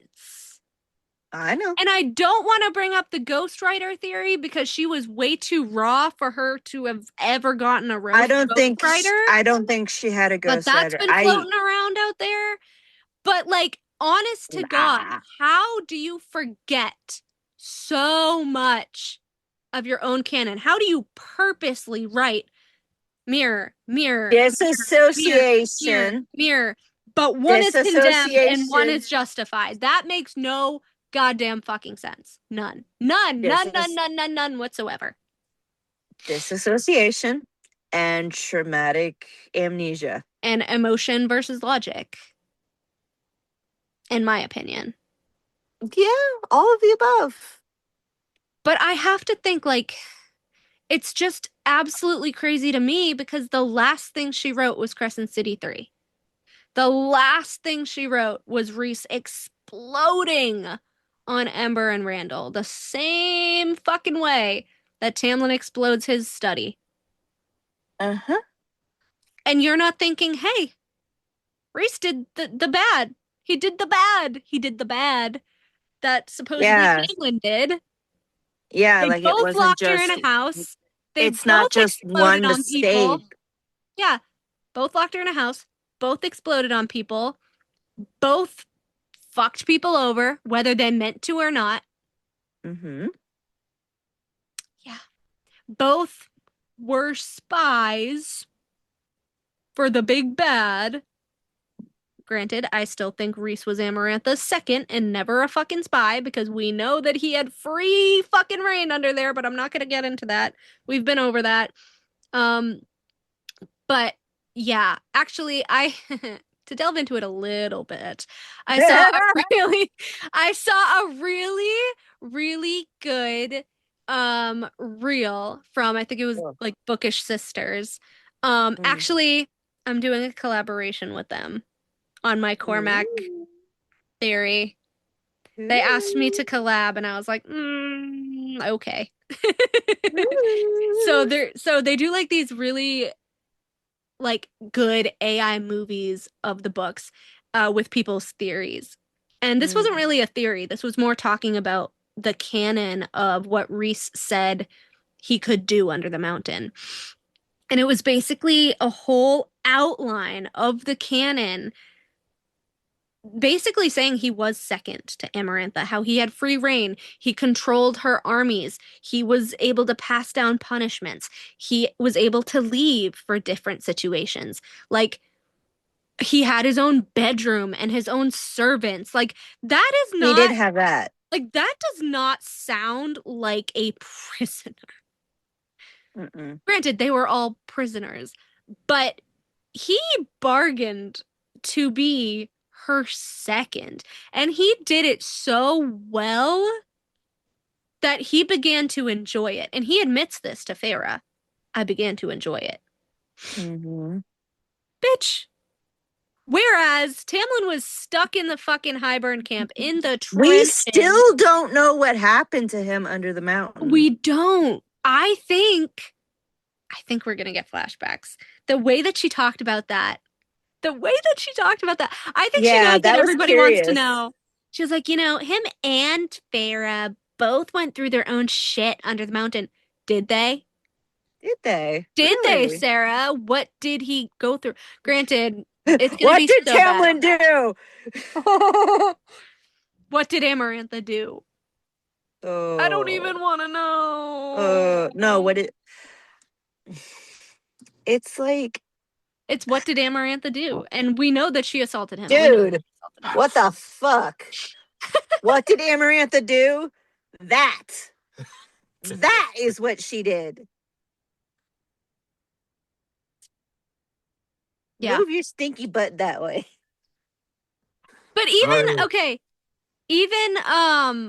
Candy on her live was like, oh yeah, I 100% believe that she assaulted him as a kid. Like, she was a pedophile. I've been saying that since my first read. Oh, she began to lust for him with her whole wicked heart during those meetings. He was a kid. There is a fucking reason his father was bringing him instead of the older ones. Yeah. He was upstanding Tamlin for political favors. That's why he's so fucked up. That's why he doesn't like Calanmay, because he's not in control of his body.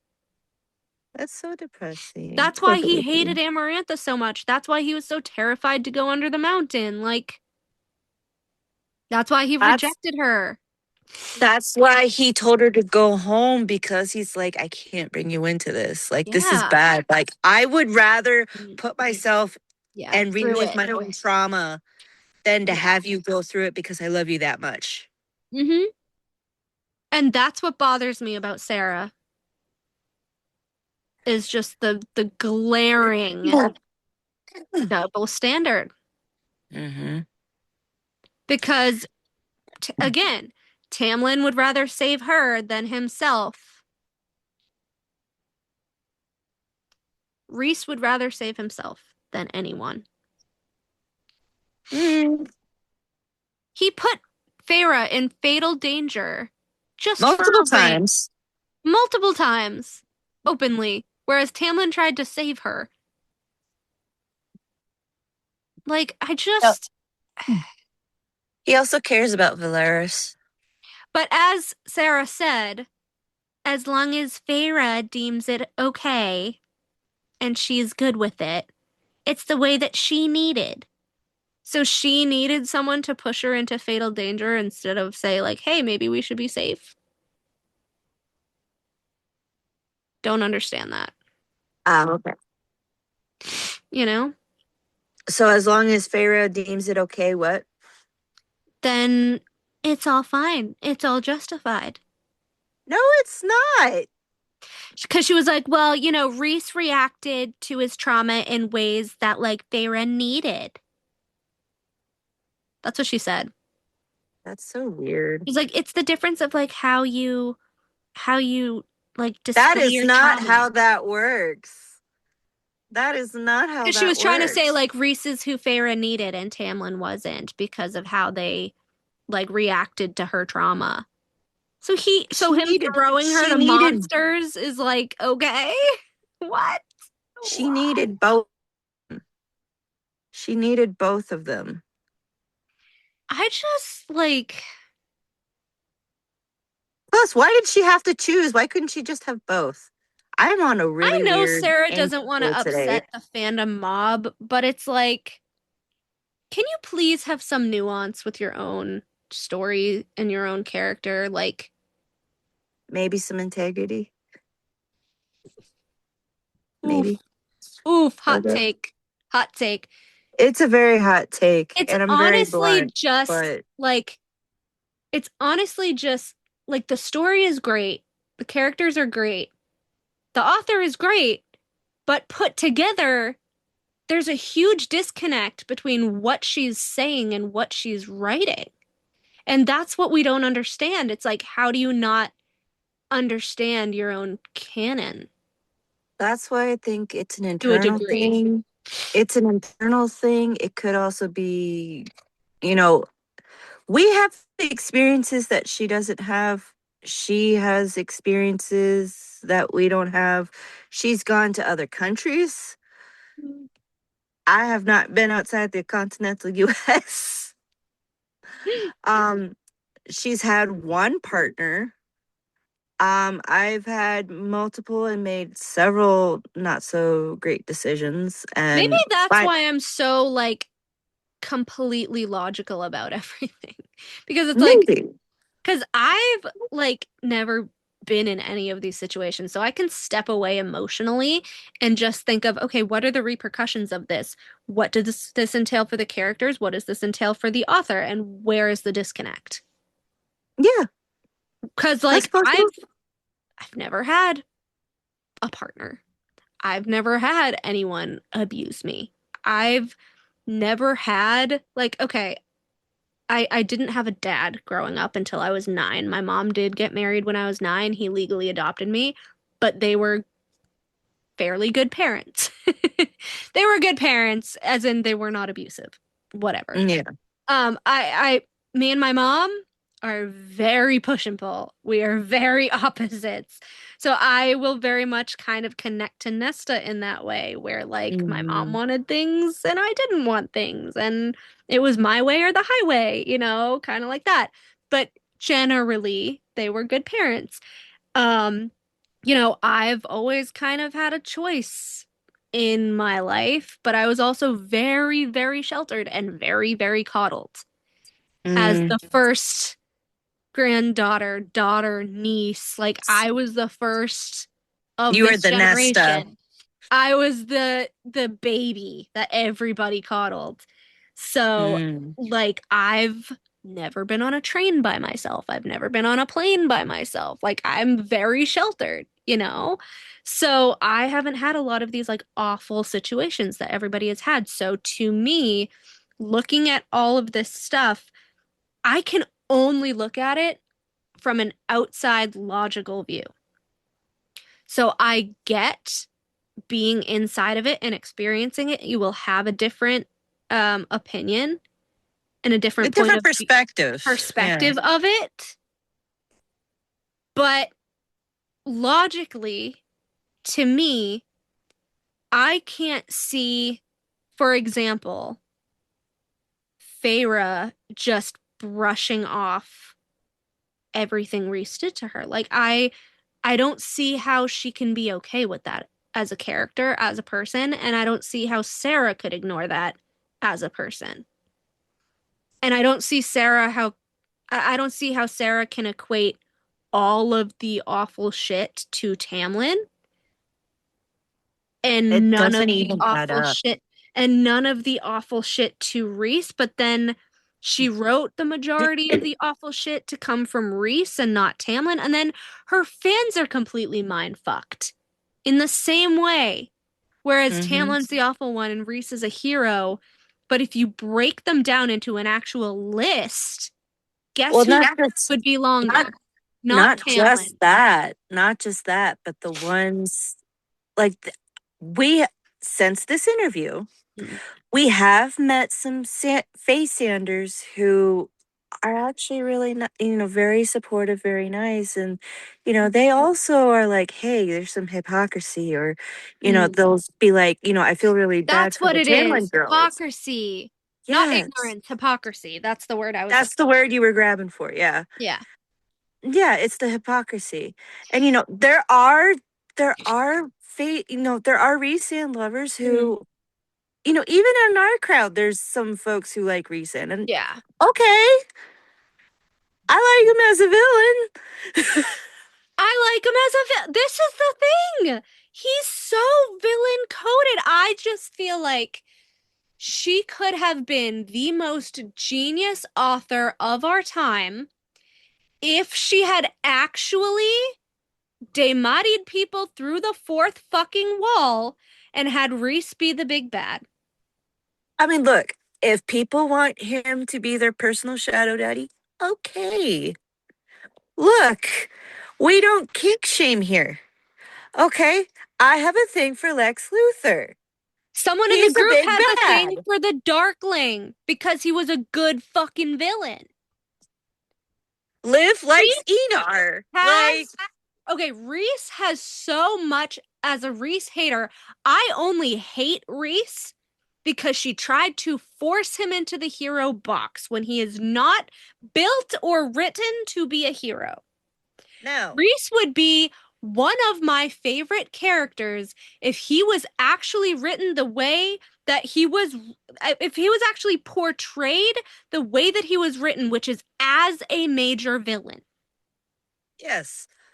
And even She if would have Feyre been were to still fall in love with him, he'd still be a villain. He would have been A+.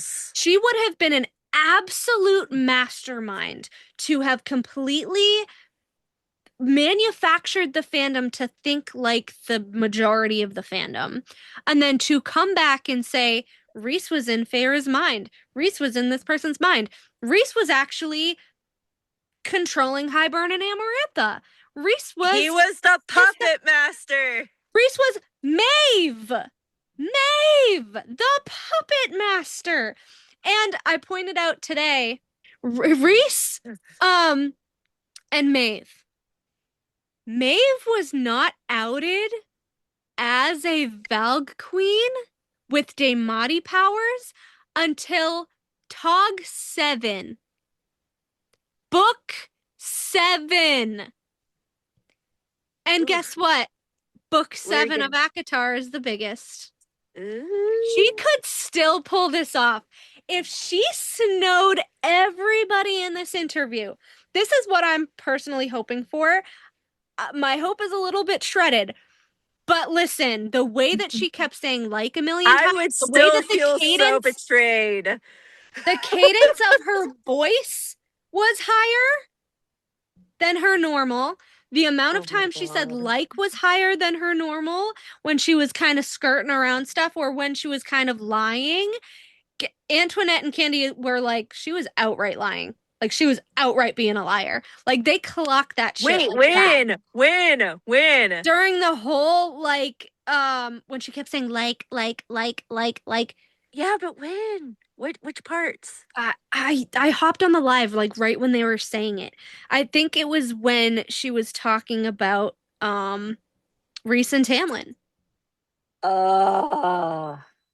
So that's why, because they were like, they basically had the same point that I've had, is like she will do the series such an injustice if Rhys isn't some sort of bad. He doesn't have to be the big bad.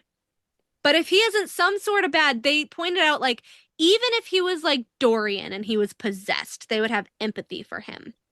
But he could be a good villain. Like if she snowed everybody in this fucking fandom in this interview, I would be singing her fucking praises. You are the mastermind of a generation if you can do that. If you can write like that. If you can be so, oh my God, my bat boy, my sexy bat boy, he's my favorite. He's my perfect little baby. And then be like, he's a big bad bitch. And I snowed all you fuckers. And I demodied you through the fourth wall. Because that would be fucking delicious. I would be on my knees for this bitch if this is what happens. And I keep want a wondering, video recording of it. and I keep wondering, why is ACOTAR 7 1,000 pages? Like, you can't just have the romances in there. And you can't just have, like, the Koshi War in there. Like, what else is happening? What's happening? Also, romance and then sex scene romance. Like, And she literally said on page, not on page, she said on the interview that while Farrah and Reese are mates in Endgame, they will have to figure out some shit between them. They will have to have some issues. I loved that part of the interview because I have been waiting for them to have an actual fucking fight for so long. And after Akasif and after Hofas, remember when Farrah told him to cut it out with Nesta and he had Cassian take her away to keep degrading her? And Ember was like, did he really just like take you away from your sister to like continue degrading you? And she's like, yeah, but like Farrah put an end to that argument. Farrah put an end to that argument. Show me. Show me Farrah putting her fucking foot down with Reese. I want it. Please. I can't wait. I can't wait to see it. I can't wait to see Farrah fucking up Reese. Yelling at, like, I need an argument on page. I've been gasping for this since they got together because no relationship is perfect. Can you imagine the character growth for Farrah? Yeah, well, she's a mom now. I just off page, which the one time we needed Farrah on page, she wasn't on page, but I think that was because again, Bloomsbury limited Sarah with House of Flame and Shadow, which is why I think she had to do that because we were supposed to get Nyx and Farrah on page and she had to cut it. But Farrah, like, she's told Reese no before, but he did it anyway. And then there were no repercussions. She told him no again. He did it anyway. There were no repercussions. Hofas, she told Reese to stop yelling at Nesta. He did it anyway. She put an end to the argument off page. So I need to see her in her tired, motherly, I don't give a fuck if you're my mate, shut the fuck up era. I am for it. She's gonna write it because that's where she's leading it to. So I loved that she admitted, like, oh yeah, they have to have issues at some point. Because I think, so with Nessian, where they're fighting all the time, I think maybe they'll get a reprieve before he dies. Because it's going to be very important for them to have a very solid relationship before he dies for maximum impact. Whereas the mirror to that is going to be Phazand having more arguments as a couple to kind of balance it out. Because no relationship is perfect. Again, I haven't been in one. I've been around many of all different types. With friends, with family. I have seen a lot. Good and bad. But the takeaway is you have to have a balance and you have to have communication. And so if a relationship seems too perfect and you're never going to say a word against the other person, it's fake. It's not real. It's not genuine. Which you had with Phazand, all these other books, which is why they have to fight at some point. And I will say this. As much as I don't like hypocrisy and contradiction, that is also going to end up in relationships sometimes. And it's okay because at least with like the readers, you're human. These guys aren't exactly human, but they're human-esque. You know, I would love for there to be a scene of Reese kind of having to face all the shit that he's done. I wonder if Sarah would do that. And been like, wow, Callias? maybe I was more like Tamlin than I thought. But he gets so defensive. This is the problem. He gets so defensive. When anybody from the series try to bring up that he's doing something wrong, he won't admit it. Farrah will. Reese won't. Tamlin will. He's apologized 5 times on page, made amends, and saved all of them in the war. Twice over. And brought Rhysand And back from the dead. Brought Rhysand back from the dead. Amren by proxy. Elaine, Azriel, Briar, Feyre, saved from the Highburn camp. Dragged Baron's ass and his sons to the war. King shit. Like, what the actual fuck? But then Rhys is like, well, I did this because of this, and and all of chapter 54 is gaslighting and justifications. I don't understand why the fandom loves it so much. And also, it goes against all the canon we already knew. So he's either lying in book 1 or he's lying in book 2. Or yes. This is why I think Elaine is going to be important, because she's going to be able to see the actual truth. Kind of like Mor. Elaine and Jurian and more. And more. The trio of truth. Oh, and Lucian, because of his eye. Ooh, You can see spells and words and all this stuff. I don't think Sarah put that in there for nothing. What do you think Lucian is going to see with his eye? What spell or ward or? I actually think Rhysand, with his knee injury from the last war, I think he has a metal plate in it. That would be so funny. I think he visited Dawn and got could. some work done. Got some work done. Got some work done. I'm just very annoyed that she kind of told us Nessian were mates, because what's with the multiple threads?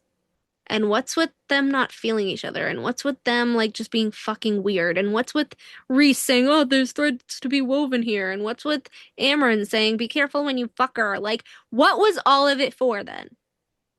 We'll find out. We also didn't find out if there was a mating ceremony. I know. I was upset at that. I wanted to know. I wanted the tea on that. And we did not get no tea. Yeah. Like, it was supposed to be gaudy and frivolous and flowers enough to make Cassian sick. Maybe that's why. Maybe he got a bunch of allergies and he didn't enjoy himself, and that's why. Yeah. Oh, yeah. How did the Book of Breathings and The Walking Dead end up in Jessica's library? She said, stay tuned. Cormac is definitely coming back. Right? And Lauren, because they are cousins. You can't tell me they weren't in cahoots. They were totally fucking in cahoots. Let's see. Yeah, she's like, I don't really know about the maps. They're all in my head. Where did Vaughn go? Where did Vaughn go? I think about that all the time. Really? Like when you're writing? I still think it was Lorcan at Starfall, the bestie that Cassian had. I think that Vaughn is the shadow that Mor saw when she was going out for a ride. I still think it's Cormac. I don't know. I still think it's Cormac. Could be Cormac. It could be Vaughn, or it could be Lorcan. Yeah. Or it could be Bryaxis, I guess. Just a girl's girl. Just a girl's stretching out in the sun. She's either a spider or a cat. Yeah. I mean, come on. She wants a window. That's cat energy. Okay, also, I loved how she was like, I can't tell you the title or the cover. I can't tell you how long they are. And then Bloomsbury like, boom, here's the page counts. Like, God damn it. The beef. They're like, well, we given them the page counts, bitch. But yeah, her and Bloomsbury are like, I don't know. Makes me nervous. It does. Like, from a writer's perspective who has not published a actual book yet. Yeah. Yeah. Oh yeah, she's like, I don't know who my favorite couple is, which makes me so happy that she didn't say Rhys and Feyre. I'm sorry, but they're just awful. They're just awful. Oh, we didn't talk about that. The way she outwardly said that she was pissed at her mother-in-law because her mother-in-law is like, oh, the sex scenes is Josh. So Sarah then openly said, yeah, it was gross. She put her on blast. So Sarah then openly said, Reese is not Josh. I keep saying Reese is not Josh. She was pissed because, yeah, her mother-in-law is obsessed with her son. Linda. She's obsessed with Josh. It's so gross. She goes, yeah, she read ACOTAR and like ACOMAF and all that. And she like inserts Josh into the sex scenes. And she's like, is your inspiration like how you and Josh have sex? And she's like That's openly asked her that. And she's like, so. Rhysand is not Josh. Mm, And this is why. Because her mother-in-law self-inserts Josh into Reese. And so she doesn't want the fandom doing that because it's disgusting to her. Because it makes it's her think of her very- mother-in-law, Linda. Ooh. I can't blame her. So, sorry, but fuck you, Linda Moss. Linda Mass. You gross woman. But okay, wait. Is this why she wrote Reese's mom to be like that? Yes. Reese's mom is Linda. Holy shit. Mama's boy. Reese's mom is Linda. Her name's Linda. Linda Linda and Lauren. Linda something. Yeah. Yes. That's why she named her kid Lauren. Holy shit. Yeah. That's why Reese's mom was obsessed with him and is like, your wife needs to deserve you. I could just see Sarah going, fucking Linda would make me go to the fucking Weavers. Oh my God. You need to deserve my son. No doubt. No fucking doubt anymore. Santa's taking a nap in a tree. Yeah. I wonder if that was a mirror of Josh just like taking his mom's side sometimes. Even when it's wrong. Holy shit. That puts that into new perspective, honestly. Yeah, she's like, Josh is not Reese. She was so adamant about that. I am so glad we can shut them up about, well, Reese was written after her husband, and that's why he's her baby. And the fuck he was. I told you he wasn't. I told you he wasn't. He never was. Never was. She has said that a million times, and people would ignore her. Mm-hmm. Yeah, okay. This about the Bloomsbury thing, when they asked her about her legacy, she was like, I was rejected by every single agent and publisher except one. She didn't have the choice. Yeah. Back then. She had to That go was- with Bloomsbury. That was her last choice. Ooh. I was Tea. willing to have a life where just one book eventually made it, and that was the dream. Everything else has been insane. I feel very blessed and humbled. I just want someone to read my stuff and say it's good. So, like, she literally had no choice but to choose Bloomsbury, and now she does. I'm telling you right now, I think she has to fulfill the rest of her contract, which is 7 more books. As far as we know, it was 7 more books. So this is 3. CC4 is 4. And then she was supposed to do we didn't talk about Twilight of the Gods. She was supposed to do the Twilight of the Gods trilogy. So did she just tell them no? Like, have those 3 books been taken off the table? Did she tell them that she's changing publishers before she does another project? I mean, we don't know if she's given up on them completely or if she's going to do it with another publisher. We don't know. She said she has that manuscript like on her computer. She just doesn't know if they'll see the light of day. So I totally think that she's changing publishers after these 2 are rounded out. ACOTAR and CC. Maybe. Because technically, even if she got a new publisher, she could write a series that ties into her already published books. That doesn't change her original canon. It just No, there's creates more. plenty. There's It just plenty of creates more hype authors. for her new publisher, honestly. There's plenty of There's plenty of authors that get published from different houses. Yeah. They change and they're like, okay, this no longer fits me, and then they go to somewhere else. So I Yeah, would like that's still really, really love to see Twilight of the Gods tie in because I think it really does injustice to the series because she added so much of the Death Gods lore. Like not even that, she the would Death do. She Gods, would do the really well Asteri. with Tor Publishing. Mm. TOR Tor. Yeah. She would do really good with them. Mm.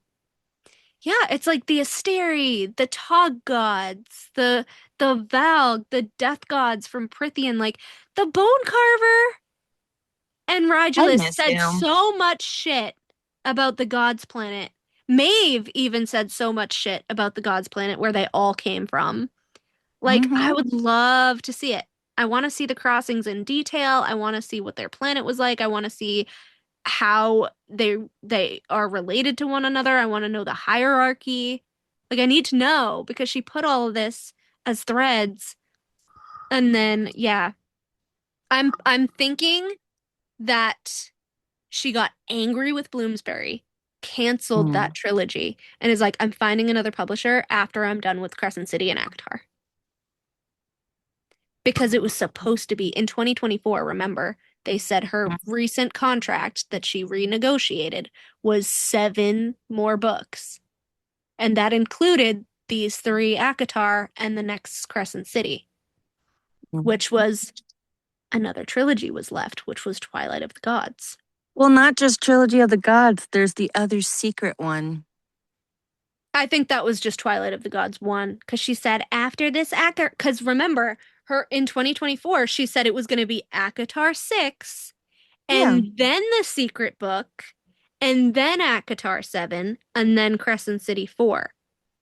So if this was Twilight of the Gods and she redid her contract to no longer include that trilogy, that would move Akatar 7 to Akatar 6.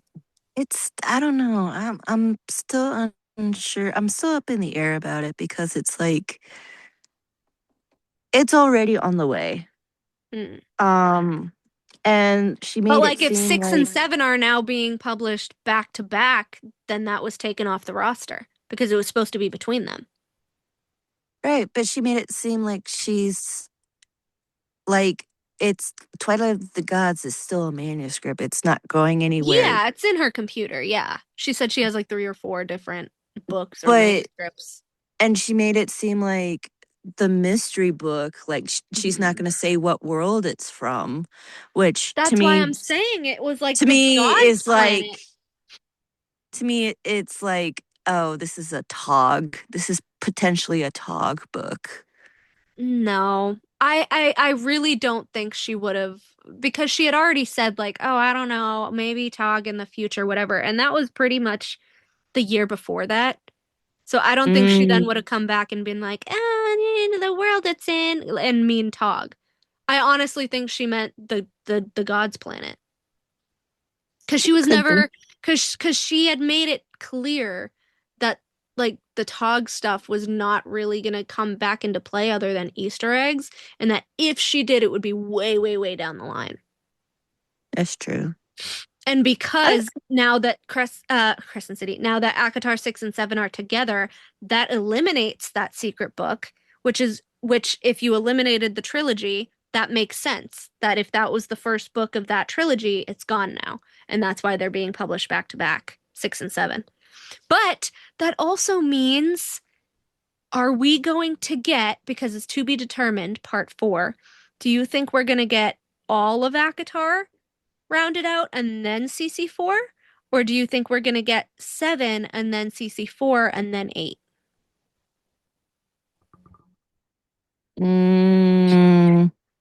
Because she had said, again, 6 and then Secret Books, Twilight of the Gods 1, and then 7 and then CC4.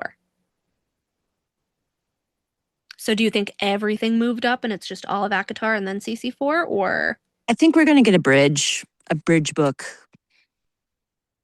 Similar to Hofas. So CC4 basically, and then the end of ACOTAR. Yeah. Ooh, okay. So what if ACOTAR 6 and 7 is kind of the war, and it continues into Crescent City? So kind of like how Akasif flowed into CC3, Mhm. and then we get the Crescent City side of things again for CC4. Mhm. But the only issue I have with that is like she didn't know how many Crescent City books she wanted to do, and there's so many plot lines. Like that could be a 1,000-page book too. There's so many plot lines left over, and I get so mad when people are like, "How fast was like over? I thought the whole series was over." How do you read that book and come away with, "Oh, the series is over"? Are you kidding? What about Tharian and Sathya? Cliffhanger.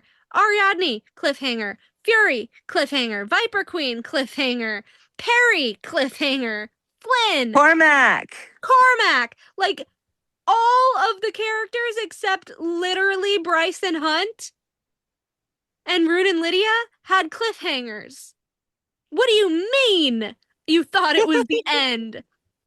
Like, especially the Therian thing, walking into the Viper Queen's territory and Ariadne showing up in the darkened alleyway and just being like, "Hey, fish," when he's looking for his wife, who went looking for the love of her life, who is basically demodied by the Viper Queen, who is definitely a fucking Valg princess in the shape of a snake-type person. I don't know why. Like, how do you think it's over when you have a cliffhanger like that? How? How? What if Briaxis is the Viper Queen? Ugh. Ugh. The Viper Queen is a fucking rapist, like Amarantha. Could explain why Cassian's afraid of her. My God.